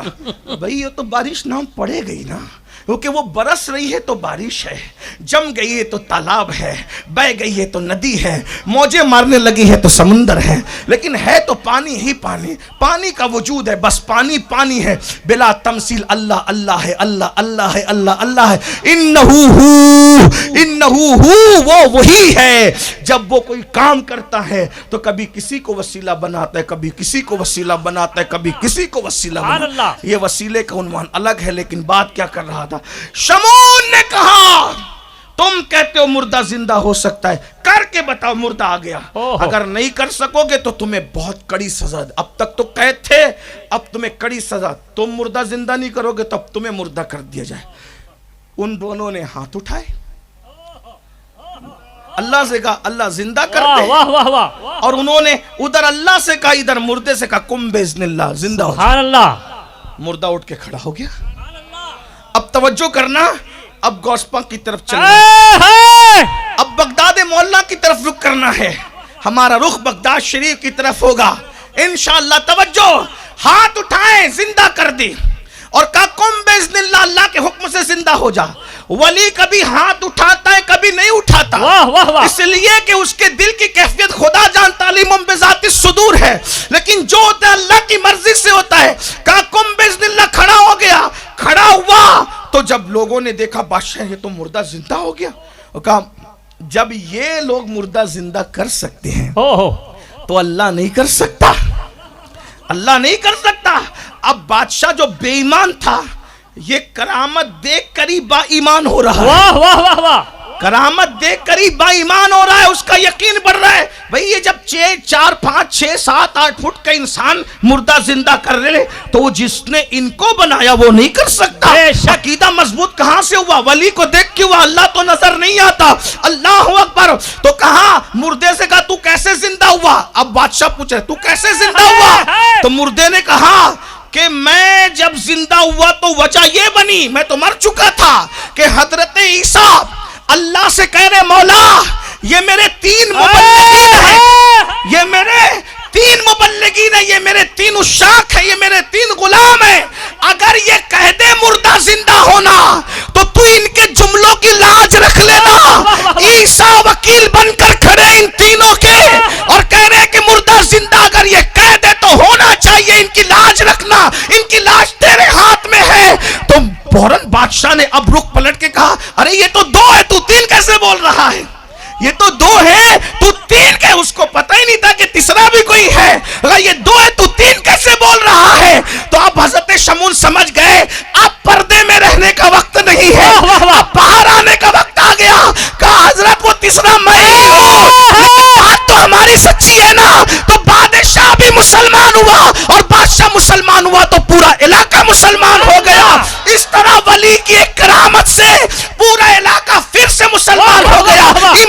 فرمایا اب وہ تو بات ہو گئی جو سورہ یاسین میں اشارے دیے گئے ہیں، اب مجھے بتاؤ حضرت عیسیٰ کے امتی ولی اگر مردہ زندہ کرنے کھڑے ہو جائے تو وکالت کے لیے عیسیٰ کھڑے ہوتے ہیں، مولا میرا غلام ہے لاج رکھنا، میرا غلام ہے لاج رکھنا۔ وہ اولاد عیسیٰ نہیں تھے، ان کے لیے حضرت عیسیٰ سفارشی بن کر کے کھڑے ہیں، لیکن جب غوث اعظم مردہ زندہ کرنے کے لیے آتے ہوں گے تو وہاں عیسیٰ سفارشی نہیں، وہاں تو جان عیسیٰ محمد الرسول اللہ کہتے ہوں گے میرا غلام بھی ہے، میرا چہیتا بیٹا بھی ہے۔ جب یہ کہہ دے کم باذن اللہ تو مردہ زندہ ہو جانا چاہیے۔ سبحان اللہ، نعرہ تکبیر، نعرہ رسالت، نعرہ حیدری، جشن غوث اعظم، فیضان غوث اعظم، عشق محبت، عشق محبت، نعرہ حیدری۔ اب سمجھ میں لوگ کہتے ہیں قرآن میں کرامت نہیں، میں نے کہا یہ کرامت نہیں تو کیا ہے؟ سورہ یاسین میں کرامت کا ذکر موجود ہے، اور وہ حضرت عیسیٰ علیہ السلام کی امت کے لوگ وہ کیا امت محمدیہ سے افضل تھے؟ جب مفضول لوگ یعنی کم درجے کے لوگ مردہ زندہ کر سکتے ہیں تو اولاد پیغمبر ہیں، اور وہ بھی غوث پاک جیسا ولی، تو یہ اللہ والے، اور غوث پاک تو کیا غوث پاک ہے بھائی، ہیں غوث پاک تو کیا غوث پاک، غوث پاک ولایت کی کائنات میں ان جیسا کوئی پیدا ہی نہیں ہوا، بے شک ولایت کی کائنات میں ان جیسا، شہرت کے اعتبار سے جتنے ڈنکے ولیوں میں ان کے بجے ہیں کسی کے نہیں بجے ہیں، جتنی شہرت ان کی ہوئی ہے کسی کی نہیں ہوئی ہے۔ سیرت النبی پر، نبی کی سیرت پر سب سے زیادہ سید الانبیاء کی سیرت پہ لکھا گیا، اور سیرت ولی پہ سب سے زیادہ لکھا گیا حضور غوث اعظم شیخ عبد القادر جیلانی کی سیرت پہ لکھا گیا۔ اب نہ کہنا کہ قرآن میں نہیں، یہ کرامت کا ذکر قرآن میں تو موجود ہے، اور یہ تو ایک میں نے بیان کیا، ابھی سورہ نمل باقی ہے، سورہ مریم باقی ہے، سورہ آل عمران باقی ہے، ابھی تو اور صورتیں باقی ہیں لیکن اس کا ذکر نہیں کرتے۔ غوث پاک وہ ولی ہیں جس دن پیدا ہونے والے تھے، اس رات کو اللہ کے رسول کئی اصحاب کے ساتھ ان کے والد حضرت شیخ ابو صالح موسیٰ جنگی دوستوں کے خواب میں تشریف لائے اور فرمایا ابو صالح تیرے گھر بیٹا پیدا ہوگا اور وہ ولی ہوگا، ولی نہیں ولیوں کا سردار ہوگا، اور آقا نے فرمایا جو مقام اللہ نے نبیوں میں تیرے نانا محمد الرسول اللہ کو عطا کیا ہے وہ مقام ولیوں میں اللہ تیرے بیٹے عبد القادر کو عطا فرمایا۔ حضور بشارت دینے آئے جس کی آج ان کی میلاد منا رہے، مولود منا رہے، غوث اعظم کی، غوث پاک کی میلاد کی بشارت دینے کے لیے سید الانبیاء مصطفیٰ جان رحمت تشریف لائے۔ اور ایک بات بتاؤں، ان کی پیدائش سے پہلے ان کی پیدائش کی بشارت بہت سے اولیاء نے دی۔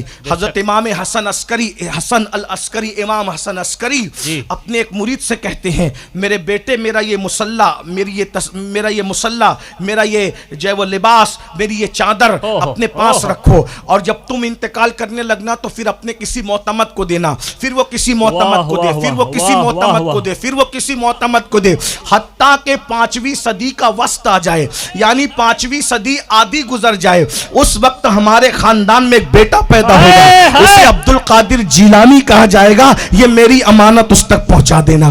اندازہ فرمائے سید الطائفہ حضرت سیدنا جنید بغدادی یہ لکھتے ہیں، فرماتے ہیں، یہ نزہۃ الخواطر کے اندر یہ بات موجود ہے جہاں سے میں پڑھ رہا ہوں، اللہ اکبر، وہ فرماتے ہیں کہ مجھے یہ بات بتائی گئی کہ اسی بغداد کے اندر نبی کے خاندان کا ایک بیٹا آ کر کے کہے گا میرا یہ قدم ہر ولی کی گردن پر ہے، سارے ولی اس کے لیے اپنی گردنوں کو جھکا دیں گے، لوگ جب جھکائیں گے تب جھکائیں گے، میں ابھی سے اپنی گردن جھکا رہا ہوں۔ امام حسن بصری کہتے ہیں، یہ بھی بات میں وہیں سے پڑھ رہا ہوں، امام حسن بصری کہتے ہیں نبی کے خاندان میں ایک بیٹا پیدا ہوگا جسے وہ 5ویں صدی کے وسط میں پیدا ہوگا، جو مقام نبیوں میں مصطفیٰ جان رحمت کو دیا گیا ہے وہ مقام ولیوں میں اسے عطا کیا جائے گا۔ یہ ہے اپنے پیر حضور غوث اعظم، اللہ اکبر۔ لوگ آپ کو ان سے دور کرنے کے لیے کرامتوں کا مذاق بناتے ہیں، مگر یاد رکھو اتنے ڈنکے بجاؤ غوث اعظم کے، اللہ اکبر، مذاق اڑانے والے تھک جائیں۔ بلکہ زبدۃ الاثار میں شیخ محقق شیخ عبدالحق محدث دہلوی لکھتے ہیں کہ ساری دنیا کے پھولوں کی پتیوں کو اللہ اکبر اگر صفا بنا دیا جائے، درختوں کی ٹہنیوں کو قلم بنا دیا جائے اور عظمت غوثیت لکھی جائے، سارے پھولوں کی پنکھڑیاں ختم ہو جائے گی، کے مناقب کبھی ختم نہیں ہو سکتے. غوث پاک کی شان کس نے بیان نہیں کی؟ 90 لاکھ کو کلمہ پڑھانے والا میرا خواجہ، ہند کا راجہ. اللہ اکبر. غوث پاک کی منقبت لکھ رہے ہیں، غوث پاک کی منقبت پڑھ رہے ہیں. سوچو منقبت پڑھنے والا اتنا بڑا ہے تو جس کی منقبت پڑھی جا رہی ہے اس غوث اعظم کی شان کیا ہوگی؟ غریب نواز کیا پڑھ رہے ہیں؟ لوگ کہتے ہیں یا غوث کہنا شرک ہے. میں نے کہا یا غوث تو غریب نواز نے بھی کہا ہے. سبحان اللہ سبحان اللہ. اور کس شان سے کہہ رہے ذرا سنیے. کہتے ہیں یا غوث معظم. یا لوگ یا رسول اللہ کہنے کو ہضم نہیں کر رہے. 90 لاکھ کو جس نے کلمہ پڑھایا وہ غوث پاک کو بھی ہندوستان میں بیٹھ کر یا غوث کہتا ہے. پتا چلا یا غوث کہنا یہ عقیدے کی نشانی ہے.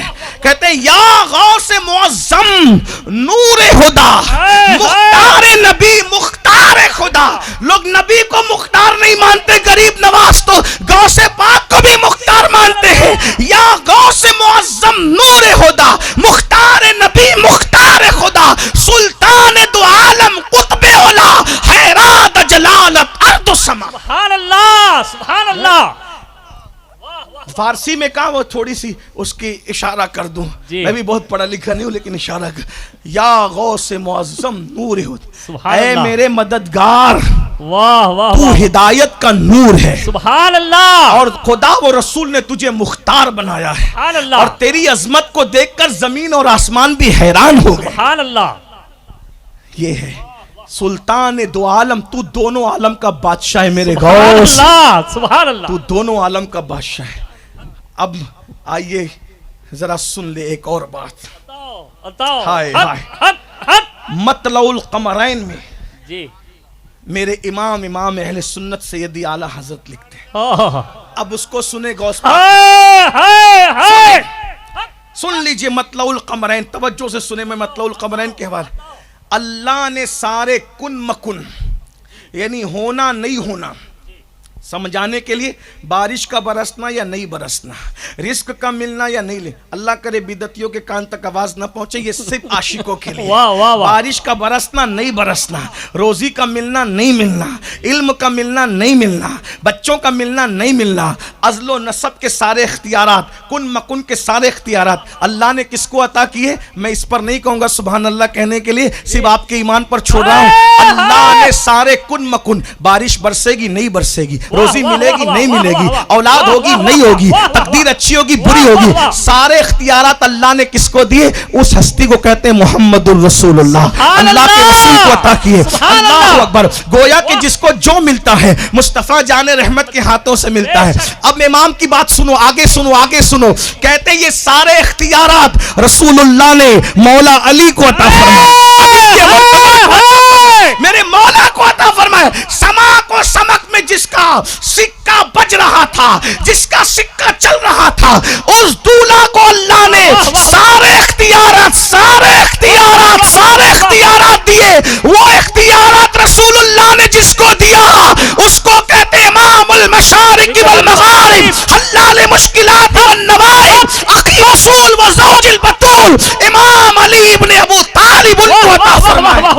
حضور نے یہ سارے اختیارات ان کو عطا فرمائے. مطلع القمرین. پھر لکھتے ہیں آگے، اور پھر یہ سارے اختیارات مولا علی نے جس کو عطا کیے ہیں اسے شیخ عبد القادر گیلانی کا. نعرہ تکبیر، نعرہ رسالت، نعرہ حیدری، فیضان غوث اعظم. مطلع القمرین کا میں نے خلاصہ پڑھ دیا تو اس کے مرتضوی میں بھی استاد زمن نے اس کو لکھا، انہی کے حوالے سے آپ اس کی طرف توجہ کریں. اگر میں اس کو لفظ لفظ پڑھوں، لفظ بلفظ پڑھوں تو اتنا خوبصورت انہوں نے لکھا ہے جیسے موتیاں پیرو دی ہے. اللہ اکبر. توجہ فرمائیں. یہ غوث پاک ہے. آخری بات سرکار غوثیت ماپ کی شان.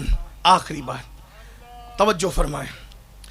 آخری بات خوبصورت بات، خوبصورت اور آخری بات. سبحان اللہ و بحمدہ. کیا بات ہے.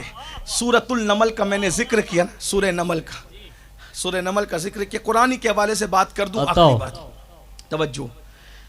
سرکار سلیمان علیہ السلام جی بڑا خوبصورت واقعہ. سلیمان علیہ یہ بھی بادشاہ تھے، ان کے والد بھی بادشاہ تھے. سبحان اللہ. ان کا ایک پرندہ، ان کی حکومت پرندوں پہ بھی تھی، ہواؤں پر بھی تھی، جی سنا ہوگا آپ نے. جی میں صرف اشارہ دے رہا ہوں، ورنہ سورۃ النمل کی تفسیر کی طرف اتنی لمبی جاؤں گا تو آدھا پون گھنٹہ اور چلا جائے گا. لیکن بہرحال آپ سنیں، نوازش ہے، حضور محسن ملت کہہ رہے ہیں آج چلے گا تمہیں، لیکن آپ لوگ کی طبیعت کا بھی خیال ہوتا ہے. پیر میں تکلیف ہے، میں نے پچھلی بار بھی کہا تھا اللہ تعالیٰ شفا دے. آسان نہیں ہوتا ہے بیٹھنا، ویسے میں بزرگوں کے درمیان گفتگو کرنے میں بہت محتاط رہتا ہوں، لیکن ان بزرگوں کی جو بزرگوں کی یادگار ہیں، ان کی شفقتیں میرے ساتھ. میں ان کا بہت چھوٹا ہوں، یہ لوگ بہت شفقت کرتے ہیں، میری اوقات اور حیثیت سے زیادہ مجھ سے پیار کرتے ہیں. اللہ ہماری محبتوں کو سلامت رکھے، ان کا پیار سلامت رکھے، ہماری عقیدتیں سلامت رکھے. اللہ اکبر. اور یوں بھی غوث پاک کے اتنے سارے شہزادے بیٹھے ہوں تو اور غوث پاک کا ذکر ہو رہا ہو تو بالکل ایسے ہی ہے جیسے غوث پاک کی موجودگی میں ذکر غوث اعظم ہو.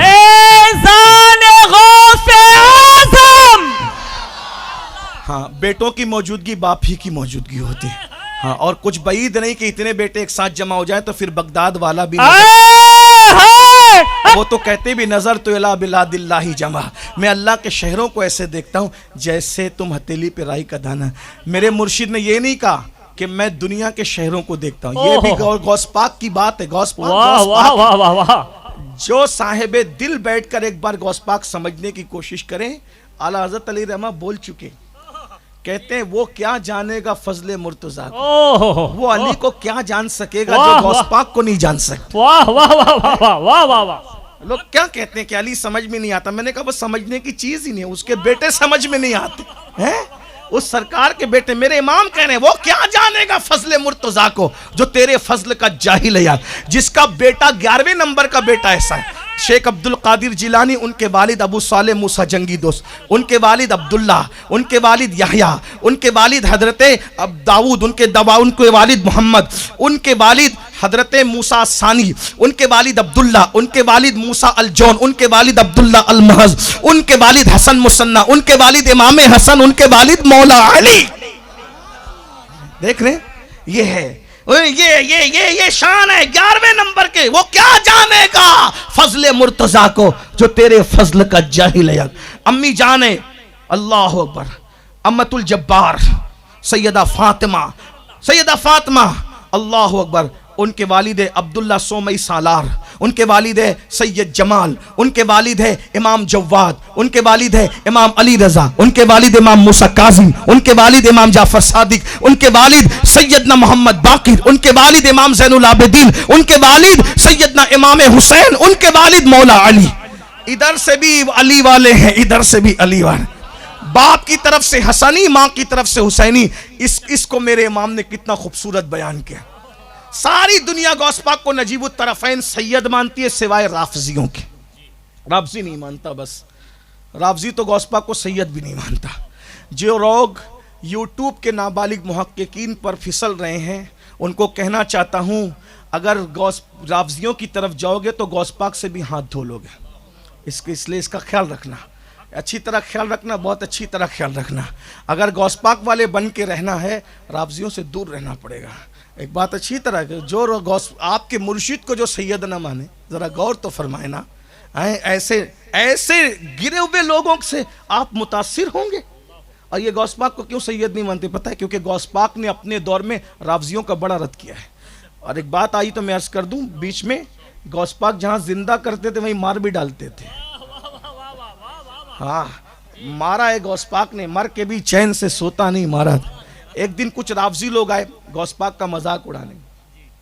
رافضی لوگ آئے، صباحی لوگ، عبداللہ بن سبا کے پیدا کیے ہوئے گروہ کے لوگ جو اصل یہودی تھے بن گئے تھے چولے میں مسلمان. نبی کے بیٹے کا مذاق اڑانے آئے. غوث پاک کی محفل میں کہا شیخ ہمارے میت ہو گئی ہے، نماز پڑھا دیں. پلان تھا جب عبد القادر جیلانی نماز، وہ تو عبد القادر جیلانی ہی کہتے ہیں، ہم غوث پاک کہتے ہیں، ہمیں کوئی فرق نہیں پڑتا غوث پاک کہنے. لیکن بیچ میں کچھ دوسرے 1857 والے گھس کے وہ کہتے ہیں غوث پاک تو اللہ صاحب ہے نا، تو یہ تمہارے شیخ کیسے غوث پاک ہے؟ میں نے کہا اللہ تو مولانا بھی ہے نا. قرآن میں یہ نہیں لکھا ہے لفظ کے ساتھ کہ اللہ غوث پاک ہے، لیکن قرآن میں تو لفظ کے ساتھ لکھا ہے انت مولانا، اللہ تو مولانا ہے. تو جب تیرا مولوی بھی مولانا اور اللہ بھی مولانا تو شرک نہیں ہوا ہے؟ اللہ مولانا ملا مولانا شرک نہیں ہوا، اور اللہ غوث اور غوث پاک غریب شیخ عبد القادر جیلانی غوث تو شرک ہو گیا؟ نہیں، وہ اصل میں اللہ کو کسی نے مولانا بنایا نہیں ہے، اللہ خود سے مولانا ہے، اور ہمارا مولانا 8 سال پڑھنے کے بعد مولانا بنا گا۔ ہم یہی ہم کہنا چاہتے ہیں کہ اللہ کو کسی نے غوث بنایا نہیں ہے، لیکن ہمارے غوث کو اللہ نے غوث بنایا ہے۔ تیرے مولانا کو مدرسے نے مولانا بنایا ہے کتنا، وہ الگ بات ہے، لیکن ہمارے غوث کو غوث اللہ نے بنایا ہے۔ اب بتائیں تو شرک میں عطائی اور ذاتی کا فرق ہوتا ہے، شرک ہاں، ورنہ اگر جو چیز اللہ کے لیے ہے وہی چیز اگر بندے کے لیے مان لے اور ہر چیز شرک ہو جائے تو پھر کسی کو مولانا بھی نہیں کہہ سکتے ہیں۔ اور اللہ کہتا ہے، کیا کہتا ہے اللہ؟ انہو هو السمیع البصیر، اللہ دیکھنے اور سننے والا ہے۔ تو اب آپ کہیں گے کہ انسان دیکھ اور سن رہا ہے تو یہ بھی شرک ہو گیا؟ ارے اللہ دیکھ سن رہا ہے آنکھ کے بغیر، تمہاری طرح اس کی آنکھ نہیں ہے، تمہارے جیسی آنکھیں نہیں ہے، کیونکہ تمہارے جیسی آنکھیں مانو گے تو پھر پیشانی بھی ماننی پڑے گی، پیشانی مانو گے تو پھر چہرہ بھی ماننا پڑے گا، چہرہ مانو گے تو پھر گردن بھی ماننی پڑے گی، گردن مانو گے تو پھر سینہ بھی، اور پھر پتہ نہیں کیا کیا مانو گے۔ تو اس لیے اللہ کی تمہاری طرح آنکھیں نہیں ہے، وہ بغیر آنکھوں کے دیکھتا ہے، وہ جسم و جسمانیات سے پاک ہے۔ اللہ کے تمہاری طرح کان نہیں ہے، وہ بغیر کانوں کے سنتا ہے، لیکن اس نے تم کو سننے والا بنایا، اس کو کسی نے سننے والا نہیں بنایا، اس نے تمہیں، یہ ذاتی اور عطائی کا فرق ہوتا ہے، طاقت اور قوت کا بہت ساری چیزیں ہوتی ہیں۔ اب بات سمجھ میں آئی؟ بہرحال تو حضور غوث پاک کے پاس آگے کہا کہ ہمارا انتقال ہو گیا ہے، اور ایک آدمی کو تیار کر کے لایا کسی مسخرے کو، جیسے ہی وہ تکبیر کہیں گے تو 2 تکبیر کے بعد ٹوٹ کے کھڑے ہونا مذاق بنائیں گے، پھر بہت مزہ آئے گا۔ غوث پاک کے پاس آئے، کہا شیخ نماز پڑھا دیں۔ اب غوث پاک کسی رافضی کی نماز کیا پڑھاتے، لیکن چونکہ اس دن بتانا تھا نا کہ ہم زندہ بھی کرتے ہیں مار بھی ڈالتے ہیں، غوث پاک نے مسکرا کے کہا، بہت با اخلاق تھے، بڑے لوگ ہمیشہ با اخلاق، بہت با اخلاق تھے غوث پاک۔ جب وہ آئے جنازہ لے کر کے کہا، روتے دھوتے کا، رونے دھونے کی تو پرانی عادت ہے، چاہے تو کہا کہ جو ہے وہ نماز پڑھا دیں۔ ہاں صحیح کہہ رہے ہیں، ہاں حضرت امام غزالی فرماتے ہیں کہ ہر رونے والے کی بات پہ یقین نہیں کرنا، کیونکہ کچھ رو کر بات کرنے والے جھوٹے بھی ہوتے ہیں، کچھ سچے بھی ہوتے ہیں۔ دلیل کیا پیاری دی غزالی پہ، میرے ماں باپ قربان، میری جان قربان۔ کہتے ہیں یوسف علیہ السلام کے بھائی جب حضرت یوسف علیہ السلام کی میت کی خبر لے کر آئے تھے تو وہ بھی روتے ہوئے ہی آئے تھے، ہے نا، روتے ہوئے۔ تو پتہ چلا ہر رونے والا صحیح بات نہیں کرتا، اس کا بھی خیال کرنا ذرا۔ اللہ اکبر۔ اچھا بھائی بھی رو رہے تھے اور باپ بھی رو رہے تھے، باپ کا رونا سچا تھا، بھائی کا رونا جھوٹا تھا۔ وجہ فرق، بھائی دکھاوے کے لیے رو رہے تھے اور ابا محبت یوسف میں رو رہے تھے۔ بس رافضی اور سنی کے رونے میں یہی فرق ہے، محرم میں وہ بھی روتے ہیں، ہم بھی روتے ہیں، وہ دکھاوے کے لیے روتے ہیں، بنا کے نہیں بھی آتا تو روتے ہیں، اور ہم ذکر حسین سن کر محبت میں آنسو بہاتے ہیں۔ اسی لیے کسی مفکر نے کہا تھا اگر شہادت حسین پہ رویا جائے تو جائز نہیں ہے۔ توجہ کریں جملے پہ، تو مفکر کا جملہ ہے، صوفی، اگر امام حسین کی شہادت پہ رویا جائے تو جائز نہیں ہے، اور اگر رونا آ جائے تو پھر یہ ناجائز نہیں ہے۔ ہاں کچھ لوگ زبردستی روتے ہیں، زبردستی منہ بگاڑ کر سینہ پیٹنے کی ضرورت نہیں ہے۔ میں برا مت ماننا، میں کوئی بات نہیں کر رہا ہوں، اور جسے عشق ہوگا نا، نام حسین ایسے ہی نارمل لے لو تو بھی آنسو آ جاتے ہیں۔ خدا نے کیا تاثیر رکھی ہے میرے امام کے نام میں، خوشی میں لے لو تو خوشیاں بڑھ جاتی ہے، غم میں لے لو تو صبر ہو جاتا ہے۔ بہرحال تو غوث پاک نے فرمایا نماز جنازہ پڑھانے کا زندے کا پڑھانا ہے کہ مردے کا؟ غوث پاک ہے، زندے کا پڑھانا ہے کہ مردے کا؟ اور رافضیوں نے کہا زندوں کی کوئی نماز جنازہ ہوتی ہے؟ سنیوں کے اتنے بڑے اماموں نے کہا میں پہلے اجازت لے رہا ہوں، پوچھ رہا ہوں کہ زندے کا پڑھانا ہے کہ مردے کا؟ پوچھ رہا ہوں کیونکہ اور جگہ اور معاملہ ہے نا، یہاں اور معاملہ ہے۔ نہیں مردے کا ہی پڑھانا ہے۔ کہا ایک بار سوچ لو، زندے کا پڑھانا ہے کہ مردے کا؟ نہیں جنازہ تو مردے کا ہی ہوتا، مردے کا۔ کہا پھر کھڑے ہو جاؤ، یہ کھڑے ہو جاؤ۔ کھڑے ہو گئے پورے موڈ میں کہ اب مزہ آئے گا، بڑا امام بنتا ہے مومنوں کا، مسلمانوں کا، سنیوں کا۔ غوث پاک نے اللہ اکبر کہا، اللہ اکبر۔ دوسری تکبیر پر تو اس کو کھڑے ہو جانا تھا، تیسری بار کہا اللہ اکبر، کارتے رہ گئے، اٹھا نہیں۔ غوث پاک نے سلام پھیر دیا، سلام پھیر دیا، کہا میں نے جنازہ پڑھ دیا ہے، اب قیامت تک اٹھنے والا نہیں ہے۔ رونے لگے ہمارا تو گیا، میں نے پہلے ہی پوچھا تھا زندوں کا پڑھانا ہے کہ مردے کا پڑھانا۔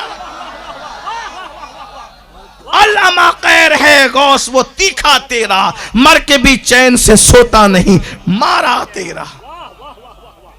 غوث پاک ماں کی طرف سے حسینی ہے، باپ کی طرف سے حسنی۔ میرے امام اب اس کو بیان کرتے کہتے تو حسینی حسنی کیوں نہ محی الدین ہو، اے خضر مجمع بحرین ہے چشمہ تیرا۔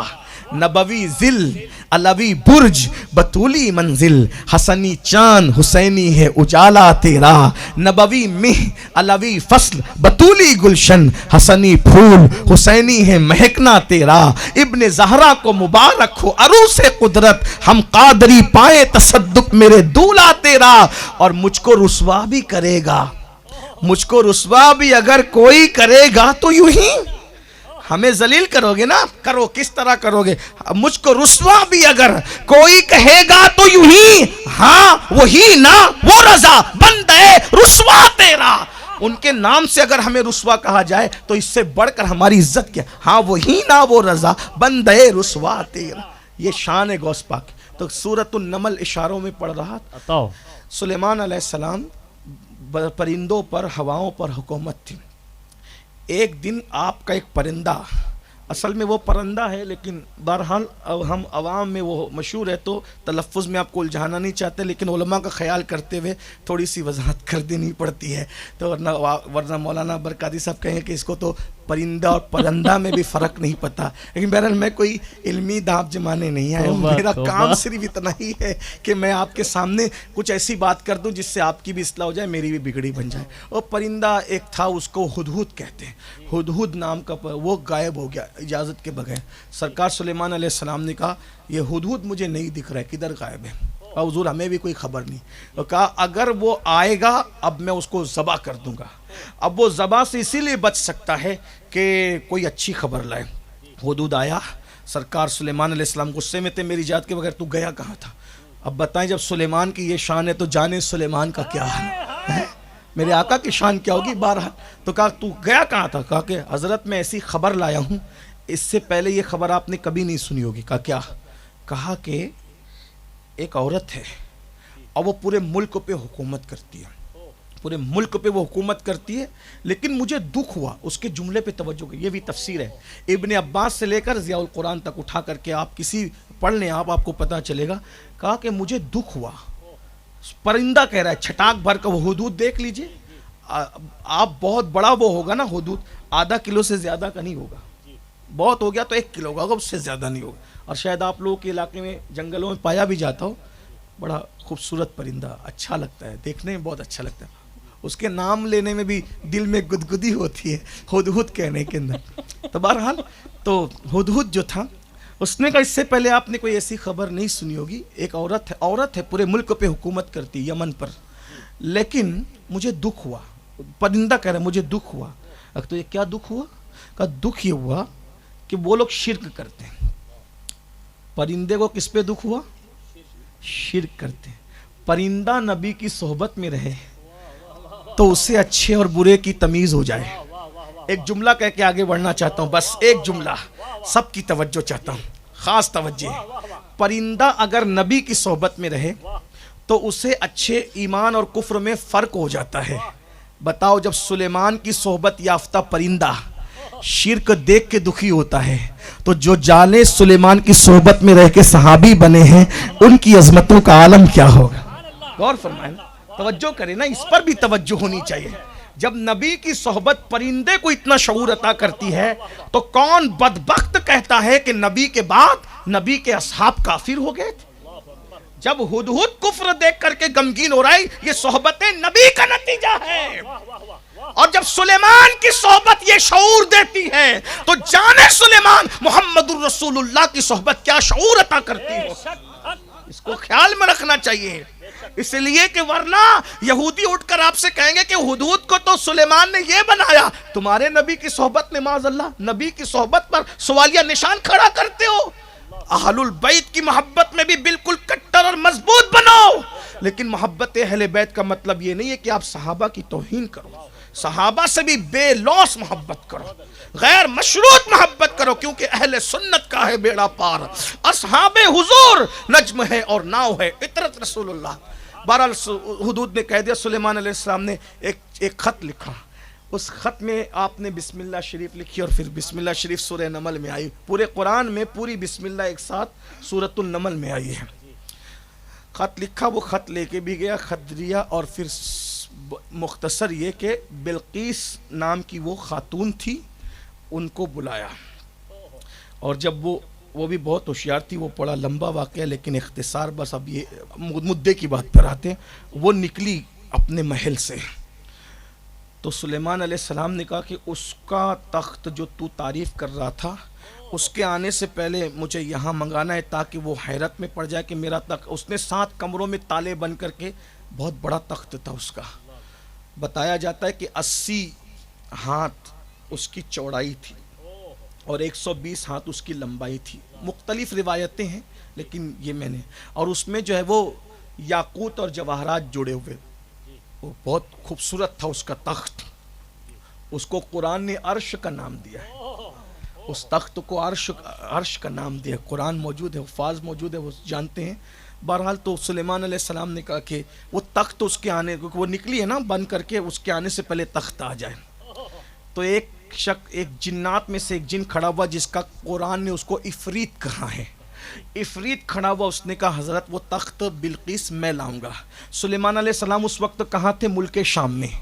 تخت کہاں تھا؟ یمن میں۔ اگر ابھی جائیں آپ، ابھی فلائٹ سے جائیں تو 2 گھنٹے لگتے ہیں، شام سے یمن جا فلائٹ میں 2 گھنٹے، کم سے کم 2 گھنٹے لگتے ہیں۔ اس دور میں 1 مہینہ جانے کو لگتا تھا اور 1 مہینہ آنے کو لگتا تھا۔ عفریت نے کہا میں لاؤں گا، تو سلیمان علیہ السلام نے کہا کتنے ٹائم میں تم لاؤ گے؟ تو اس نے کہا کہ آپ کی محفل ختم ہونے سے پہلے میں لے آؤں گا۔ محفل شروع ہوتی تھی طلوع آفتاب کے وقت، اور ظہر کا وقت آنے سے پہلے محفل ختم، یعنی آدھے دن میں محفل ختم ہو جاتی تھی۔ تو اس نے کہا کہ میں آدھے دن میں لے آؤں گا۔ آپ نے فرمایا بہت دیر ہو جائے گی، تاخیر ہو جائے گی، میں اس سے پہلے چاہتا ہوں، تخت بلقیس اس سے پہلے چاہتا ہوں۔ تو اب جنات نہیں کھڑا ہوا، کیونکہ جنات کی طاقت جتنی تھی جنات بتا چکا۔ اب آپ کے صحابی اور آپ کی امت کے ولی حضرت آصف ابن برقیہ وہ کھڑے ہوئے ہیں، اور انہوں نے کہا اے سرکار سلیمان میں وہ تخت لاؤں گا۔ دیکھو یہی جنات اور ولی کی طاقت دونوں سامنے آ رہی ہے، عام انسان کی نہیں، جنات اور ولی کی طاقت اب سامنے آ رہی ہے۔ اب جنات نے کہا آدھے دن میں لاؤں گا، حضرت آصف جو ولی تھے انہوں نے کہا میں لاؤں گا۔ کب؟ تو کہا کہ آپ کی پلک جھپکنے سے پہلے وہ تخت لاؤں گا۔ قرآن ہے نا، قرآن ہے، قرآن کہتے ہیں کرامت کا، یہ کرامت قرآن میں ہے۔ اپنا عقیدہ مضبوط کرنا، یاد رکھنا، قرآن جا کے سورہ نمل کسی بھی مکتبہ فکر کی تفسیر اٹھا کر، ویسے تو عوام کو ہم اجازت نہیں دیتے ہمارے علماء، لیکن بہرحال اگر کسی کو چیک کرنا ہے تو چیک کر لے کہ اس نے کہا، حضرت آصف نے کیا کہا کہ آپ کی پلک جھپکنے سے، پلک کتنے ٹائم میں جھپکتی ہے بھائی، آپ کی پلک جھپکنے سے پہلے وہ تخت لاؤں گا۔ اور انہوں نے لا بھی دیا، وہ لا بھی دیا۔ حضرت سلیمان علیہ السلام نے کہا ھذا من فضل ربی۔ سلیمان علیہ السلام بھی تو لا سکتے تھے، لیکن قرآن جو ہے نبی کے برکت سے ولی کی طاقت بتانا چاہ رہا ہے نا۔ اب پلک جھپکتے تخت آ گیا۔ اچھا ایک بات اور، حضرت آصف، یہ تفسیر مجھے نہیں ملی، اگر آپ کو ملے گی تو مجھے بتانا، میری معلومات میں اضافہ ہوگا، برکاتی صاحب کو بھیجنا وہ مجھے بھیج دیں گے۔ انہوں نے یہ نہیں پوچھا کہ بلقیس کا تخت تو یمن کے کس محلے میں ہے، کس گلی میں ہے، کس علاقے میں ہے، ایڈریس کیا ہے، کچھ نہیں، کوئی تفصیل نہیں ملتی۔ اس کا مطلب یہ کہ آصف کو اتنا علم تھا کہ جہاں سے تخت لانا ہے گلی کون سی ہے، محلہ کون سا ہے، علاقہ کون سا ہے۔ اور حضرت آصف بھائی گئے اور آئے، اگر ایک قدم بھی اٹھا کے پیچھے کرتے تو پلک جھپک جاتی، لیکن وہاں کھڑے کھڑے گویا کہ انہوں نے لا دیا۔ اب آپ مجھے بتائیں، قرآن اب ان کی شان بیان کرتا ہے کہ آصف میں اتنی طاقت کہاں سے آئی۔ آصف میں اللہ فرماتا ہے کہ ہم نے اس کو کتاب کا علم عطا کیا۔ آصف میں یہ جو طاقت ہے کس وجہ سے ہم نے اس کو، بس اینڈ ہو رہی بات، توجہ، ہم نے اس کو کتاب کا علم عطا کیا۔ ہم نے آصف کو اتنی طاقت جو مل گئی کس وجہ سے، کتاب کا علم۔ آصف کو کون سی کتاب کا علم تھا؟ کیونکہ اس وقت تو کتاب اللہ قرآن تو تھا نہیں، تو کس کتاب کا علم تھا؟ تو ماننا پڑے گا حضرت آصف امتی سلیمان علیہ السلام کے. اور کتاب کون سی ہے اس دور میں؟ زبور ہے. زبور داؤد علیہ السلام کی زبور ہے، ان کے والد پر وہ نازل ہوئی تھی. اگر آصف جیسے ولی کو زبور جیسی کتاب ملے تو آصف میں اتنی طاقت آ جاتی ہے کہ پلک کے جھپکتے تختے بلقیس لا کر کے رکھ دیتے ہیں. اور شیخ عبد القادر جیلانی جو پلک کے جھپکتے مدد کرنے والے ہیں، وہاں زبور کا علم نہیں ہے، وہاں قرآن کا علم ہے. اور وہ حضرت سلیمان کے امتی نہیں ہے، جان سلیمان محمد الرسول اللہ کے امتی ہے. آصف صرف امتی تھے، بیٹا نہیں تھا. لیکن حضرت غوث پاک تو امتی بھی ہے اور شہید تھے اور پیارے بیٹے بھی ہیں. ان کی طاقت اور قوت کا کتنا علم تھا غوث پاک کے پاس قرآن کا، کتنا علم تھا اس کی. کچھ لوگ یہ سمجھتے ہیں کہ ولی بنتے ہیں انگوٹھیاں پہننے سے، کپڑے چینج کرنے سے، ٹوپیاں چینج کرنے. ولی علم سے ہیں. غوث پاک کرتے ہیں درست العلم حتی صرت قطبہ، اپنی طرف سے کچھ کہوں گا ہی نہیں. غوث پاک کہتے ہیں میں علم حاصل کرتا رہا یہاں تک کہ اللہ نے مجھے مقام ولایت عطا کیا. ہر علم والا ولی نہیں ہوتا، لیکن ہر ولی علم والا ہوتا ہے. یہ اور بات ہے جس کو ولی بناتے ہیں، کبھی کتابوں سے پڑھوا دیتے ہیں، کبھی نگاہوں سے پلوا دیتے ہیں، لیکن علم ضرور ہوتا ہے. لوگ کہتے ہیں یہ کیسے ہو سکتا ہے؟ میں نے کہا ایک جملہ سن لیں، اگر بار پر گرا نہ گزرے. جب تم اپنی بیٹی کسی جاہل کو نہیں دیتے تو اللہ اپنی ولایت کسی جاہل کو کیسے دے گا؟ جب رشتہ آتا ہے تو پوچھتے ہو نا لڑکا کہاں تک پڑھا ہے؟ میرے بھائی بیٹی دینا ہے تو پوچھتے لڑکا کہاں تک پڑھا ہے. اللہ ولایت ایسی دے دے گا جو یزید اور یجید کہنے میں بھی فرق نہیں کرتے، وہ بھی ولی ہو جائیں گے. ذرا غور تو فرمائے نا، جو یزید کا نام لینے کا شعور نہیں رکھتے ہیں تو وہ کیسے ولی ہو جائیں گے میرے بھائی؟ اس لیے خیال کرنا. تو غوث پاک کو کتنا علم تھا. بس اینڈ ہو رہی ہے بات. سبحان اللہ میرے غوث کی شان. یہ عنوان تو ایسا ہے ہماری زندگیوں، کچھ عنوانات ایسے جو زندگیوں کے عنوان ہمیں جو ملا ہے، چاہے نجف سے، چاہے کربلا سے، چاہے مدینہ منورہ سے، واسطہ غوث پاک. اور غوث پاک تک جس نے پہنچایا ہے اس کو قریب نواز کہتے ہیں. الحمدللہ غوث پاک تقدیر بدلتے ہیں بھائی. اور مجدد الفسانی سرکار تو یہاں تک فرماتے ہیں جی کہ وہ تقدیر جو کوئی نہیں بدلتا ولیوں کی کائنات میں، وہ تقدیر بھی غوث پاک بدل دیتے. ہائے ہائے ہائے، جسے اللہ نے تقدیر بدل. میری تقدیر بری ہو تو بھلی کر دے کے ہے، محو اس بات کے دفتر پہ کروڑا تیرا. کوئی مانے تو صحیح، اصل چیز ماننے کی ہے. غوث پاک یہاں تک کہتے ہیں میرا مرید اگر مشرق میں ہو اور میں مغرب میں ہوں تو اس کو ٹھوکر لگتی ہے تو میں اس کو سنبھالتا ہوں. اس کا سطر کھل جائے، سطر ڈھانپ دیتا ہوں. ہمارے مرشد حضور اچھے میاں مہریروی کہا کرتے تھے غلام غوث اعظم بے کسو مستر نمی مانن، اگر مانن شبے مانن شبے دیگر نمی مانن. غوث پاک ہائے ہائے. جب ہمارے مرشد حضور سرکار حمزہ مہریروی رحمت اللہ علیہ نے یہ منقبت لکھی نا، غوث اعظم بمنے بے سر و ساما مددے، قبلے دی مددے، کعبہ ایما مددے، انتظار کرم تست منے، عینی را اے خدا جو خدا بینو خدا دا مددے. 17 مرتبہ عالم بیداری میں غوث پاک تشریف لائے اور میں حمزہ وہ منقبت سنا جو تم نے میری منقبت لکھی. اس کو وظیفہ بنا کر دیکھو، پھر اس کی برکتیں دیکھو. ہاں یہ بہت بڑا وظیفہ ہے، لیکن صرف عقیدت کی بنیاد. عقیدت وہاں تک لے جاتی بھئی. عقیدت پھر عقیدت ہے، اصل چیز عقیدت ماننا اصل چیز. دیکھو بہت بڑے لوگ ہونے کے بعد بھی اگر آپ کی عقیدت درست نہیں ہے آپ کو کچھ نہیں ملے گا. اور اگر آپ بہت چھوٹے ہیں اور عقیدت ہے آپ بہت کچھ ہو جاؤ گے. عقیدت اصل چیز ہے. عقیدت بڑی، میں نے کسی جگہ پر کہا تھا مثنوی شریف سے، مثنوی عقیدت بڑی چیز. ماننا، مانے بغیر کام نہیں بنتا، مانے بغیر کام نہیں. اللہ سے بھی بن عقیدت کے مانگو گے تو کچھ نہیں ملے گا. یقین سے مانگو تو اللہ. مثنوی شریف مختصر پیش کر رہا ہوں خلاصہ. ایک چرواہا تھا، چرواہا، توجہ ہے نا، تھک تو نہیں گئے نا. ایک چرواہا تھا، وہ بکریاں چراتا تھا. اس کا گاؤں ندی کے اس پار تھا، بکری چرانے کے لیے اس پار آنا پڑتا تھا. ایک صاحب سے ملاقات ہوگی، میری طرح کوئی مقرر رہے ہوں گے آدھے ادھورے. اور کہا حضرت میں بہت پریشان ہوں. کہا کیا کیا بات ہے چچا بتائیے, حضرت بتائیے کیا, بڑے میاں بتائیے کیا بات ہے. وہ کہا کہ وہ ندی کے پار آنا پڑتا ہے تو کشتی میں رکھ کے بکریاں لانی پڑتی ہیں, تو روزانہ میرے سکے چلے جاتے ہیں, غریب آدمی, میرے نقصان ہوتا ہے. کوئی ایسا وظیفہ بتا دیجئے کہ کشتی کا چکر چھوٹ جائے. اور سوچا یہ بڈھا جاہل ان پڑھ لگتا ہے, گمار لگتا ہے, کشتی کے بغیر کوئی دریا پار کرتا ہے, لیکن جان بھی تو چھڑانا ہے. کچھ ایسے پکڑ لیتے کہ چھوڑتے ہیں تو جان بھی چھڑانا. جان چھڑانے کے لیے کہہ دیا ایک کام کرو, بسم اللہ میں اتنی طاقت ہے, بسم اللہ شریف پڑھو, خود بھی چلو, بکریاں بھی چل جائے گی, تمہیں کشتی کی ضرورت نہیں پڑے گی. وہ ان پڑھ تھا لیکن اس کے پاس یقین تھا, عقیدت تھی, عقیدت, یقین تھا. ایک بات یاد رکھنا, آپ کہتے ہیں اگر ہمارے بچے گرتے تھے نا تو دادی اماں کہتی تھی یا غوث المدد, اور بچے اچھے ہو جاتے تھے. دادی اماں کی عقیدت تھی. ہمیں بچپنے میں سکھایا جاتا تھا بیٹا جب گرو نا تو یا غوث کہا کرو.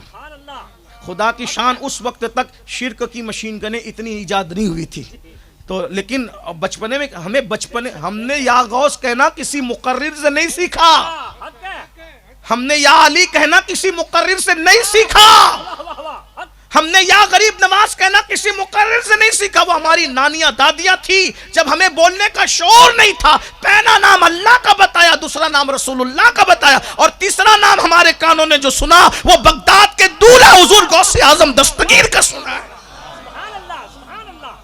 آپ آج یقین گیا ہے, ماؤں سے یقین گیا ہے, اس لیے مائیں وہ بول نہیں پا رہی ہے. یقین گیا ہے, شک میں پڑ گئے ہو تم, شک میں یقین کر کے دیکھو, سب کچھ اللہ نے دیا, اللہ کے اذن سے ہوتا ہے, اللہ کے اذن کے بغیر نہیں ہوتا. ہمارا ایمان ہے اللہ کے اذن کے بغیر کچھ نہیں ہوتا, لیکن اللہ نے ان کو شان والا اس لیے بنایا کہ دیکھ لو جب عبد القادر کی یہ شان ہے تو قادر کی شان کا عالم کیا. یہ بات بہرحال کہہ دیا بسم اللہ پڑھو, دریا کے پار ہو جاؤ. اس کا یقین تھا, ان پڑھ تھا, لیکن آج پڑھے لکھے ہو گئے ہو نا, بہت کیڑے نکالنے لگے ہو. اللہ پڑھا لکھا ضرور رکھے لیکن یقین کے ساتھ. علم انسان کو انسان بنا دیتا ہے, علم بے مایا کو سلطان بنا دیتا ہے. علم اللہ جسے دے اسے ایمان بھی دے, ورنہ یہ وہ ہے جو شیطان بنا دیتا ہے. ہاں بہت شک نہ کرو. تو بولا بالا آدمی تھا, مچل گیا. مولوی صاحب نے کیا وظیفہ ہوتا ہے, بسم اللہ پڑھا شام کو اور دریا پہ پیر رکھ دیا, چلتا چلا گیا. اس کے پیچھے بکریاں بھی چلتی, پار ہو گیا. وہ بڑا خوش ہوا, دعائیں دی, مولوی صاحب اللہ تجھے جزائے خیر دے, کیا میرے پیسے بچا دیے. آنا جانا اسی سے آنا جانا. خدا کی شان, ایک دن اسی گاؤں میں جانا تھا تقریر کرنے مقرر صاحب کو, کشتی الٹ دی گئی, دروازے وہ کنارے پہ کھڑے ہیں, انتظار کر رہے, سوچ رہے کوئی آتا ہی نہیں. اس دور میں کاروبار تو تھی نہیں, اور لینے لے جانے کے لیے بھی اتنے لوگ نہیں ہوتے ہوں گے, تو کھڑے ہیں دریا کے. ویسے مولانا روم مثنوی میں کچھ واقعات جو ہے وہ فرضی بناتے تھے عبرت کے لیے, ایسا مت سمجھنا کہ کوئی واقعی, تو بہرحال سمجھانے کے لیے. تو کھڑے ہیں انتظار کر رہے ہیں, کوئی آئے تو لے جائے, کوئی آئے تو لے جائے, لیکن جائیں گے کیسے. بہرحال اور کشتی کا معاملہ تو خطرناک ہوتا ہے. ایک مرتبہ مجھے پیٹ لے کر کے چلے گئے کچھ لوگ, پیٹ بولتے ہیں, بیٹ دادا کرمانی کے یہاں عرس میں, اور کار میں گئے تھے, پھر کشتی میں بیٹھ کر کے ادھر وہ ٹاپو پہ جاتے ہیں. میرا امامہ چھوٹ گیا, امامہ چھوٹا تو کسی نے کہا امامہ نہیں آئے گا آپ کا, وہ ٹوپی پہ تقریر کرو. تو میں نے کہا بھائی جس کا امامہ وہ دے دو, تو کہا رنگین ہے چلے گا. میں نے کہا سنت ادا ہوگی, چل جائے گا, کوئی بھی کلر ہو لا دے. تو یعنی کشتی کا بتانے کا مقصد ہے, کشتی کا معاملہ اتنا خطرناک ہوتا ہے. آپ کو سب کچھ مل جائے گا لیکن کشتی بند ہو گئی ہے نا, ابھی آپ کو کشتی اب نہیں ملنے والی, اس لیے کوئی ادھر جائے گا بھی نہیں کمامہ لانے کے لیے. تو میں نے اسی طرح, وہ ایک بھائی نے دیا, کوئی نعت خواں تھے وہاں, انہوں نے دیا, میں نے اسی پہ تقریر کی. بہرحال تو اب اس دور, آج کے دور کا یہ حال ہے, تو اس دور کوئی آتا لینے, کوئی نہیں آ رہا. یہ جناب پیچھے سے آئے چروائے صاحب, اور مولوی صاحب نے ان کو نہیں پہچان, لیکن انہوں نے پہچان لیا. مولوی صاحب کیوں کھڑے ہو؟ بولے بابا کوئی کشتی نہیں ہے, ادھر جانا ایک کام ہے. ارے کیا بات کر رہے ہو, آپ ہی نے تو مجھے بتایا تھا بسم اللہ پڑھو چلو, بسم اللہ پڑھو چلو, بسم اللہ میں بہت طاقت ہے. اور نہیں بھائی, ارے آپ ہی نے مجھے یہ وظیفہ بتایا تھا, دیکھو میں کیسے جاتا ہوں. بسم اللہ پڑھا, بڑے میاں بھی چلے اور ان کی بکریاں بھی چل دی. آ جاؤ. نہیں بھائی, آخر کار بڑے میاں پھر آئے, کہا آؤ. بسم اللہ پیر کے قدم رکھا, 2 قدم ڈوبنے لگا. بڑے میاں نے ہاتھ کا سہارا دیا, کہا حضرت حیرت ہے, یہ وظیفہ آپ نے مجھے بتایا تھا, آپ مجھے کام آ گئے, آپ کے کام نہیں آیا. تو اس نے بہت حسرت سے کہا کیا کروں, علم تو کتابوں سے حاصل کر لیا ہے، تیرے جیسا یقین کہاں سے لاؤں؟ تیرے جیسا یقین کہاں سے لاؤں؟ علم کتابوں سے آتا ہے، یقین آتا ہے اللہ کے کرم سے، صرف اللہ کے کرم سے آتا ہے۔ یقین والے بنو، حضور شیخ الاسلام والمسلمین نے کیا پیاری بات کہی، یقین والے کہاں سے چلے کہاں پہنچے، جو اہل شک ہیں اگر میں مگر میں رہتے ہیں۔ اگر شک کرو گے تو اگر مگر کرتے رہ جاؤ گے۔ بہرحال جو بات ہو رہی تھی پوری ہو جائے اختصار کے ساتھ۔ کیا علم تھا غوث پاک کے پاس قرآن کا؟ غوث پاک جب خطاب کرتے تھے 70 ہزار لوگ آتے، سبحان اللہ۔ اور یہ تاثیر کیسے پیدا ہوئی تھی وہ بھی سن لو۔ غوث پاک کہتے ہیں ظہر کی نماز کے بعد میں قیلولہ کرنے لیٹا ہی تھا، ابھی میں سویا نہیں تھا، قیلولہ کرنے لیٹا ہی تھا کہ میں نے دیکھا کہ مولا علی آئے ہیں سبحان اللہ، اور مصطفیٰ جان رحمت آئے ہیں۔ دونوں کو دیکھا، اٹھ کر بیٹھا، سلام پیش کیا ہوگا جو بھی۔ سرکار نے فرمایا عبدالقادر میرے بیٹے تم خطاب نہیں کرتے، تقریر نہیں کرتے؟ عرض کی نانا جان یہاں سب لوگ ایک سے ایک زبان دان ہیں، میں اجمی، میں ان میں کیسے تقریر کو؟ کہا ادھر آ۔ حضور نے 7 مرتبہ اپنا لعاب ڈالا اور مولا علی کو اشارہ کیا بیٹے کے منہ میں آپ بھی لعاب ڈال دیں۔ مولا علی نے 6 مرتبہ ڈالا تو غوث پاک نے عرض کی دادا جان نانا جان نے تو 7 بار اور آپ نے 6 بار۔ کہا بیٹا نبی کی برابری نہیں کرنا، لعاب ڈالنے میں بھی انہوں نے 7 بار ڈالا، اچھے۔ پھر غوث پاک فرمایا کرتے تھے مجھے تقریر ایسے آتی تھی جیسے لوگوں کو الٹی آتی ہے کہ کنٹرول نہیں کر سکتا تھا۔ پھر میں نے تقریر جب مجھے لعاب مل، دیکھو کیا تاثیر کا ذریعہ تھا، جب مجھے لعاب مل گیا میں نے تقریر شروع کی۔ شروع میں نے تقریر شروع کی، چند لوگ تھے، پھر کچھ دنوں کے بعد میرا مدرسہ بھر گیا، پھر جامع مسجد میں تقریر شروع کی، جامع مسجد بھر گئی، پھر میرا ممبر اٹھا کر کے عیدگاہ لے کر کے گئے، 70 ہزار لوگ تقریر سننے کے لیے آتے تھے اس دور میں۔ اور جب غوث پاک تقریر کرتے تھے لوگ کپڑے پھاڑ دیتے تھے، وہ تاثیر تھی۔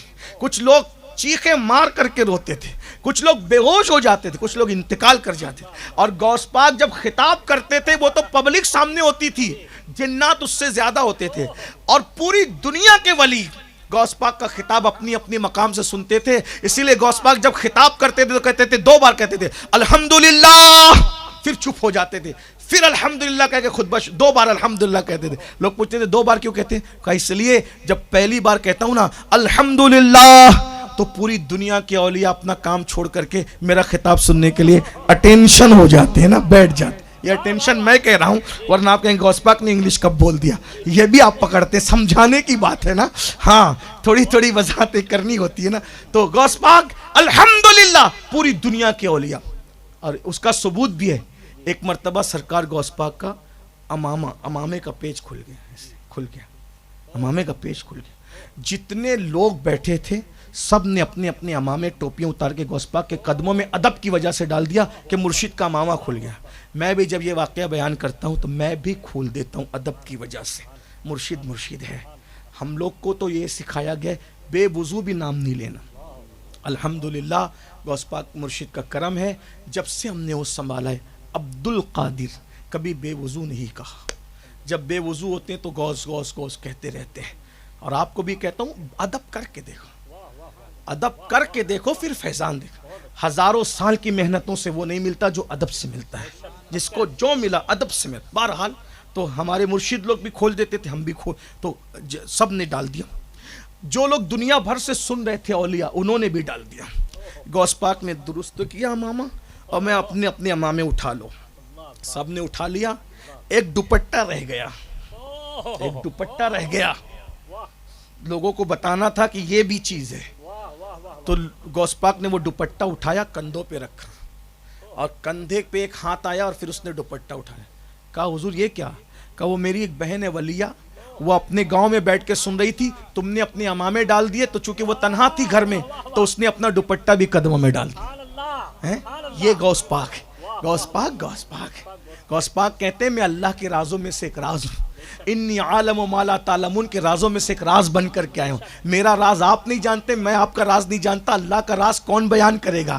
اور جب غوث پاک اللہ کے رازوں میں سے راز ہے تو وہ جس امام حسن اور امام حسین کے بیٹے ان کی شان کیا ہوگی، اور وہ جن کے بیٹے علی مرتضیٰ کی شان کیا ہوگی، اور وہ جن کے بھائی ہیں، ہائے ہائے اخی رسول جو وہ جن کے غلام ہیں، اس آقا محمد الرسول اللہ کی شان کیا ہوگی.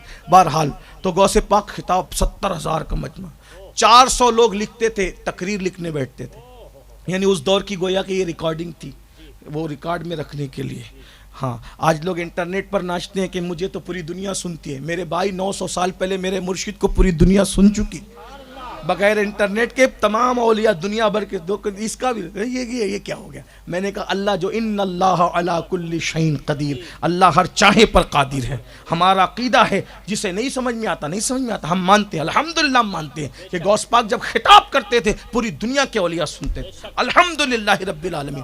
بہرحال غوث پاک سب کی محفلیں سنی ہو گئی، سب کی محفلیں خالی ہو گئی. غوث پاک کیا 70,000 آئیں گے تو جائیں گے کدھر؟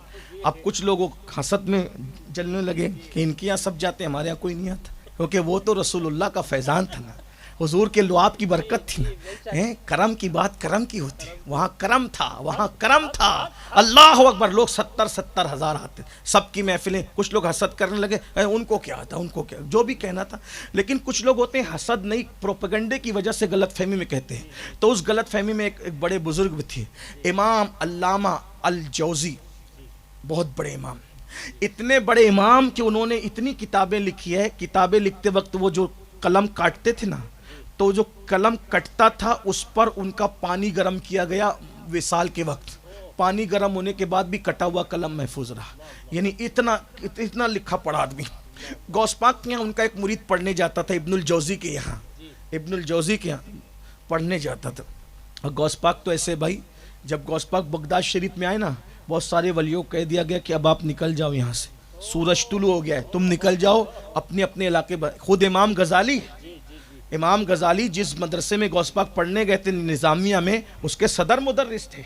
بادشاہ ان کے پاس چل کے آتا تھا، لیکن غوث پاک کے آنے سے پہلے اشارہ ہوا آپ نکل جائیں، سورج طلوع ہو رہا ہے. امام غزالی غوث پاک کے آنے سے پہلے نکل کے چلے گئے. ایران رہے پوری زندگی. وہ جو بغداد شریف میں آپ مزار دیکھتے ہیں، وہ امام غزالی کے بھائی کا مزار ہے، امام احمد غزالی کا مزار ہے. امام محمد غزالی کا مزار ایران میں ہے. وہ بغداد چھوڑ چکے تھے غوث پاک کی آمد سے پہلے. یہ اپنے غوث کی شان سمجھو. امام غزالی جیسا علم کا سورج غوث پاک کے آنے سے پہلے بغداد چھوڑ کے جاتا ہے. یہ ہے غوث پاک. اللہ اکبر. سورج بہتوں کے اٹھے، اٹھ کر کے ڈوب گئے، لیکن غوث پاک کہتے ہیں میرا سورج قیامت تک نہیں ڈوبے گا. کیوں نہیں؟ ارے یہ وہ محفل ہے، انہی کی محفل کا اتارا یہ محفلیں ہیں. یہ میرے غوث کا سب کچھ ہے، یہ اللہ کے اذن سے غوث کا سب کچھ ہے. یہ جو محفلیں سجتی ہے، اللہ اکبر. تو ابن الجوزی اس قادری غلام کو کہتے تیرے پیر کو کیا آتا ہے؟ وہ تو صوفی ہے، اس کو کچھ نہیں آتا، کچھ نہیں. بہرحال پروپیگنڈا ہوتا ہے، غلط فہمی ہوتی. وہ بولتے تھے، وہ بیچارہ قادری چپ چاپ سنتا تھا، استاد آ جاتا تھا چپ چاپ سنتا. ایک دن کہا حضرت یہ جو آپ بار بار کہتے ہیں اس کو کچھ نہیں آتا، کبھی آپ نے ہمارے پیر کو کچھ تقریر کرتے سنا ہے ان کو؟ کہا نہیں سنا ہے. کہا بغیر سنے آپ کیسے بولیں؟ غلط پروپیگنڈا اب تک غلط فہمی کی وجہ سے. ایک بار آپ چلیے نظر اور چل کے مرشید کو ایک بار سن لیجئے، پھر آپ کو جو کہنا ہے کہیے. اب جو ابن الجوزی جیسا بندہ جب غوث پاک کی محفل، بھائی کوئی بہت بڑا آدمی کسی آدمی کے یہاں جائے گا تو بہت اوپنلی تھوڑی جائے گا. اور غوث پاک کے یہاں گئے، میں صرف سمجھانے کے لیے کہہ رہا ہوں، چہرے پہ یوں چادر ڈال لی تاکہ کوئی دیکھ نہ سکے، کیونکہ ان کے بھی سننے والے ادھر آ گئے تھے نا. چہرہ چھپا کے گئے اور جا کر ایک کنارے 70,000 کے مجمع میں بیٹھ گئے. اب غوث پاک خطاب کرتے تھے تو پہلا بندہ جو سنتا تھا وہ آخری بندہ بھی سنتا. یہ بھی کرامت تھی. بہرحال تو بیٹھ گئے. اچھا غوث پاک کی شان کیا تھی بتائے؟ وہ پہلے سے عنوان منتخب نہیں ہوتا تھا. آتے تھے، قاری کو بولتے تھے آیت پڑھ. اب قاری کا موڈ، قاری جو آیت پڑھے غوث پاک کا وہی عنوان، غوث پاک کا وہی. ہم لوگ تو بھائی عنوان پہلے سے طے ہوتا ہے، پھر بھی جو ہے کدھر بھاگتے رہتے ہیں، ہے نا. ہاں پھر بعد میں آخری میں کہتے ہیں یار عنوان پر تو بول نہیں سکا، آئندہ بلاؤ گے انشاءاللہ پھر بولوں گا اس عنوان پر. ایسا ہم لوگ بولتے ہیں. بہرحال حالانکہ عنوان کے ساتھ ہمیں انصاف کرنا چاہیے ہمیں، کیونکہ لوگ ذہن بنا کے آتے ہیں. پورا جلسہ امام حسین کا ہوتا ہے، ایک بار بھی امام حسین کا نام نہیں لیا جاتا. پورا جلسہ غوث پاک کا ہوتا ہے، ایک بار بھی غوث پاک کا نام نہیں لیا جاتا. پورا جلسہ صدیق اکبر کا ہوتا ہے، ایک بار بھی صدیق. یہ ظلم ہے، ایسا نہیں. یا تو عنوان نہ چھاپو، عنوان چھاپے ہو تو پھر اس پہ بولو. پبلک 1 مہینہ پہلے تیاری کرتی ہے نا جلسے کی، ہم 1 گھنٹہ پہلے ہی تیاری کریں، کم از کم اتنا تو کریں نا. ہاں یہ میں آپ ہمارے جو میں کسی اور کو نہیں کہہ رہا ہوں، جو ہمارے پیارے پیارے یہ اللہ والے بیٹھے جو میرے سے جونیئر ہے، چھوٹی عمر کے خطبہ، ان سے کہہ رہا ہوں، اگر آپ نے مجمع کا 1 گھنٹہ ضائع کیا ہے اور مجمع میں 1000 لوگ تھے تو 1 گھنٹہ ضائع نہیں کیا، آپ نے 1000 گھنٹے ضائع کیے. قیامت کے دن اللہ کی بارگاہ میں 1000 گھنٹے کا جواب آپ کو دینا پڑے گا. ہاں میں اپنے جونیئر لوگوں سے کہہ رہا ہوں، میں کسی اور کو نہیں کہہ رہا ہوں، آپ غلط فہمی کا شکار نہ ہو. اللہ اکبر.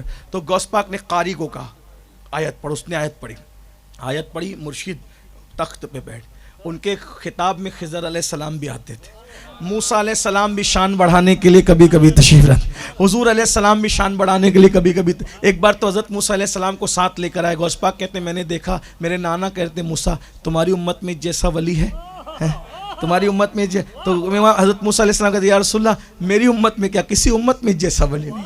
یہ شان ہے مرشد غوث پاک. میرے مرشد واہ کیا مرتبہ اے غوث ہے بالات، اونچے اونچوں کے سروں سے قدم آلا تیرا، سر بھلا کیا کوئی جانے کہ ہے کیسا تیرا، اولیاء ملتے آنکھیں وہ ہے تلوہ تیرا. اللہ اکبر اللہ اکبر. کیا شان ہے مرشد کی. غوث پاک میرے آقا تیری عظمتوں پہ قربان.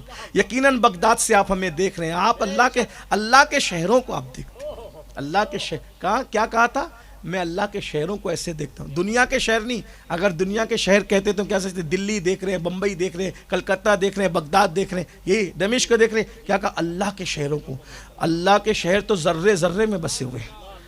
اللہ کی کائنات کتنی بڑی ہے. غوث پاک ہم سب کو دیکھ رہے ہیں. ہمارا عقیدہ ہے مرشد دیکھ رہے ہیں، اللہ کی عطا سے، اللہ کے عزت سے دیکھ رہے ہیں. ارے جب چوٹی کو اللہ 3 میل دور کے فاصلے سے دکھا سکتا ہے تو اللہ اپنے ولی غوث اعظم کو نہیں دکھا سکتا؟ اللہ کے دکھانے کی بات ہے. یہ اور بات ہے چوٹی کا دیکھنا تو آپ مان گئے، ولیوں کا دیکھنا کب مانو گے؟ ہمارا عقیدہ ہے چوٹی کو بھی اللہ نے دکھایا، ولی اللہ کو بھی اللہ دکھاتا ہے. غوث پاک بیٹھے اور بیٹھ کر کے جو قاری نے آیت پڑھی تھی اس کا مطلب بیان کیا، اور مطلب بیان کر کے اس کی تفسیر شروع کی. 1 نمبر تفسیر. تو جو قادری تھا نا وہ دیکھنے لگا ان کو. تو ابن الجوزی نے کہا میں جانتا ہوں تیرے پیر نے کوئی نئی بات نہیں، کیونکہ جو لاتے ہیں نا لوگوں کو تو جب اچھی تقریر ہوتی ہے تو خوش ہوتے ہیں، یار دیکھو ہمارے مولانا ہمارے پیر نے کتنی اچھی بات کی. تو جو دوسرے کو ساتھ لاتے تو سوچتے متاثر ہوا کہ نہیں ہوا، ایسا سوچتے ہیں نا. بلکہ کبھی کبھی لاؤ تو ڈر لگتا ہے اللہ حضرت آج موڈ میں رہے، اچھا تو ٹھیک ہے نا، ورنہ اس کو لایا ہوں پکڑ کر کے اتنا سنبھال کر دیکھ ہمارے حضرت کیا بولتے تھے، اس نے بھی تو ایسے ہی بول کے لایا ہوگا نا. تو دیکھا ہاں میں کوئی نئی بات نہیں کی. ہاں دوسری تفسیر بیان کی مرشد نے، قرآن کی آیت کا دوسرا معنی بیان کیا. ابن الجوزی نے کہا وہ بھی جانتا ہوں. تیسرا بیان کیا وہ بھی جانتا ہوں. چوتھا بیان کیا. اس طرح غوث پاک نے ایک آیت کے 11 معنی بیان کیے. 11 تک کہتے رہے جانتا ہوں سر ہلا کر. جب 12ویں پڑھی تو پھر قادری نے دیکھا سر جھک گیا. 13ویں پڑھی تو اور جھکا. 14ویں پڑھی تو اور جھکا. ملا علی قاری لکھتے ہیں 40 تفسیریں ایک محفل میں غوث پاک نے بیان کی ایک آیت کی. اتنا علم قرآن پہ اتنا علم قرآن. 40 تفسیر بیان کی، اور جب 40 مکمل ہوئی تو کہا ارے جو بیان ہوا تھوڑا ہے، جو رہ گیا بہت زیادہ ہے.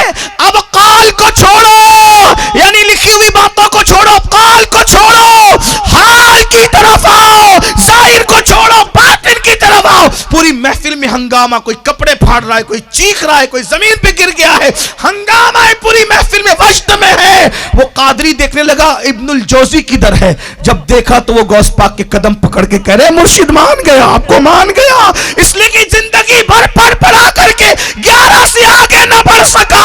جس کے لیے کہہ رہا تھا کچھ نہیں آتا، وہ ظاہر کے 40 بیان کر کے کہتا ہے تھوڑا ہے. اب بتاؤ جب حضرت آصف کو زبور کا اتنا علم تھا تو ان کی روحانیت اتنی بڑی تھی، جس کو قرآن کا اتنا علم ہو اس کی روحانیت کا عالم کیا ہوگا. فخر آقا میں رضا اور بھی ایک نظم رفیع، چل لکھا لائیں ثنا خانوں میں چہرہ تیرا. گفتگو کے درمیان کوئی غلطی ہو تو اللہ معاف فرمائے. ہماری نسلوں کو ان بزرگوں کے در کا سچا غلام رکھے، انہی کی محبت میں جلائے، انہی کی محبت میں موت عطا کرے، انہی کی محبت میں اٹھائے. قادری کر، قادری رکھ، قادریوں میں اٹھا. قدر عبد القادر قدرت نما کے واسطے خدا کے فضل سے ہم پر ہے سایہ غوث اعظم کا، ہمیں دونوں جہاں میں ہے سہارا غوث اعظم کا. فرشتوں روکتے کیوں ہو ہمیں جنت میں جانے سے، یہ دیکھو ہاتھ میں دامن ہے کس کا، غوث اعظم کا. مریدی لا تخف کہہ کر تسلی دی غلاموں کو، قیامت تک رہے بے خوف بندہ. غوث اعظم کا ندا دے گا منادی، حشر میں یوں قادریوں کو کدھر ہے قادری کر لے نظارہ غوث اعظم کا، کدھر ہے قادری کر لے نظارہ غوث اعظم کا۔ اللہ تعالی ہم سب پر کرم فرمائے۔ ایک اعلان ہے، چھوٹا سا اعلان سن لیں۔ بھاؤ نگر کی سرزمین پر سنی دعوت اسلامی کی جانب سے دادا باپو سرکار کے نام سے مسجد تعمیر کی جا رہی ہے۔ وہاں کے نمائندے آئے ہوئے، اللہ نے آپ کو دیا ہے تو ان کی مدد کریں تاکہ جلد سے جلد ان کی مسجد تعمیر ہو جائے۔ کوئی بھی شخص دیے بغیر نہ جائے تاکہ مسجد ایسا محسن جس نے پوری سوراشٹر کی سنیت پر، گجرات کی سنیت پر احسان کیا ہے، ان کے نام سے مسجد کی تعمیر ہو رہی ہے۔ ہم سب کا حق بنتا ہے اس میں حصہ لیں۔ اللہ تعالی ہم سب کو توفیق دے۔ السلام علیکم ورحمۃ اللہ وبرکاتہ۔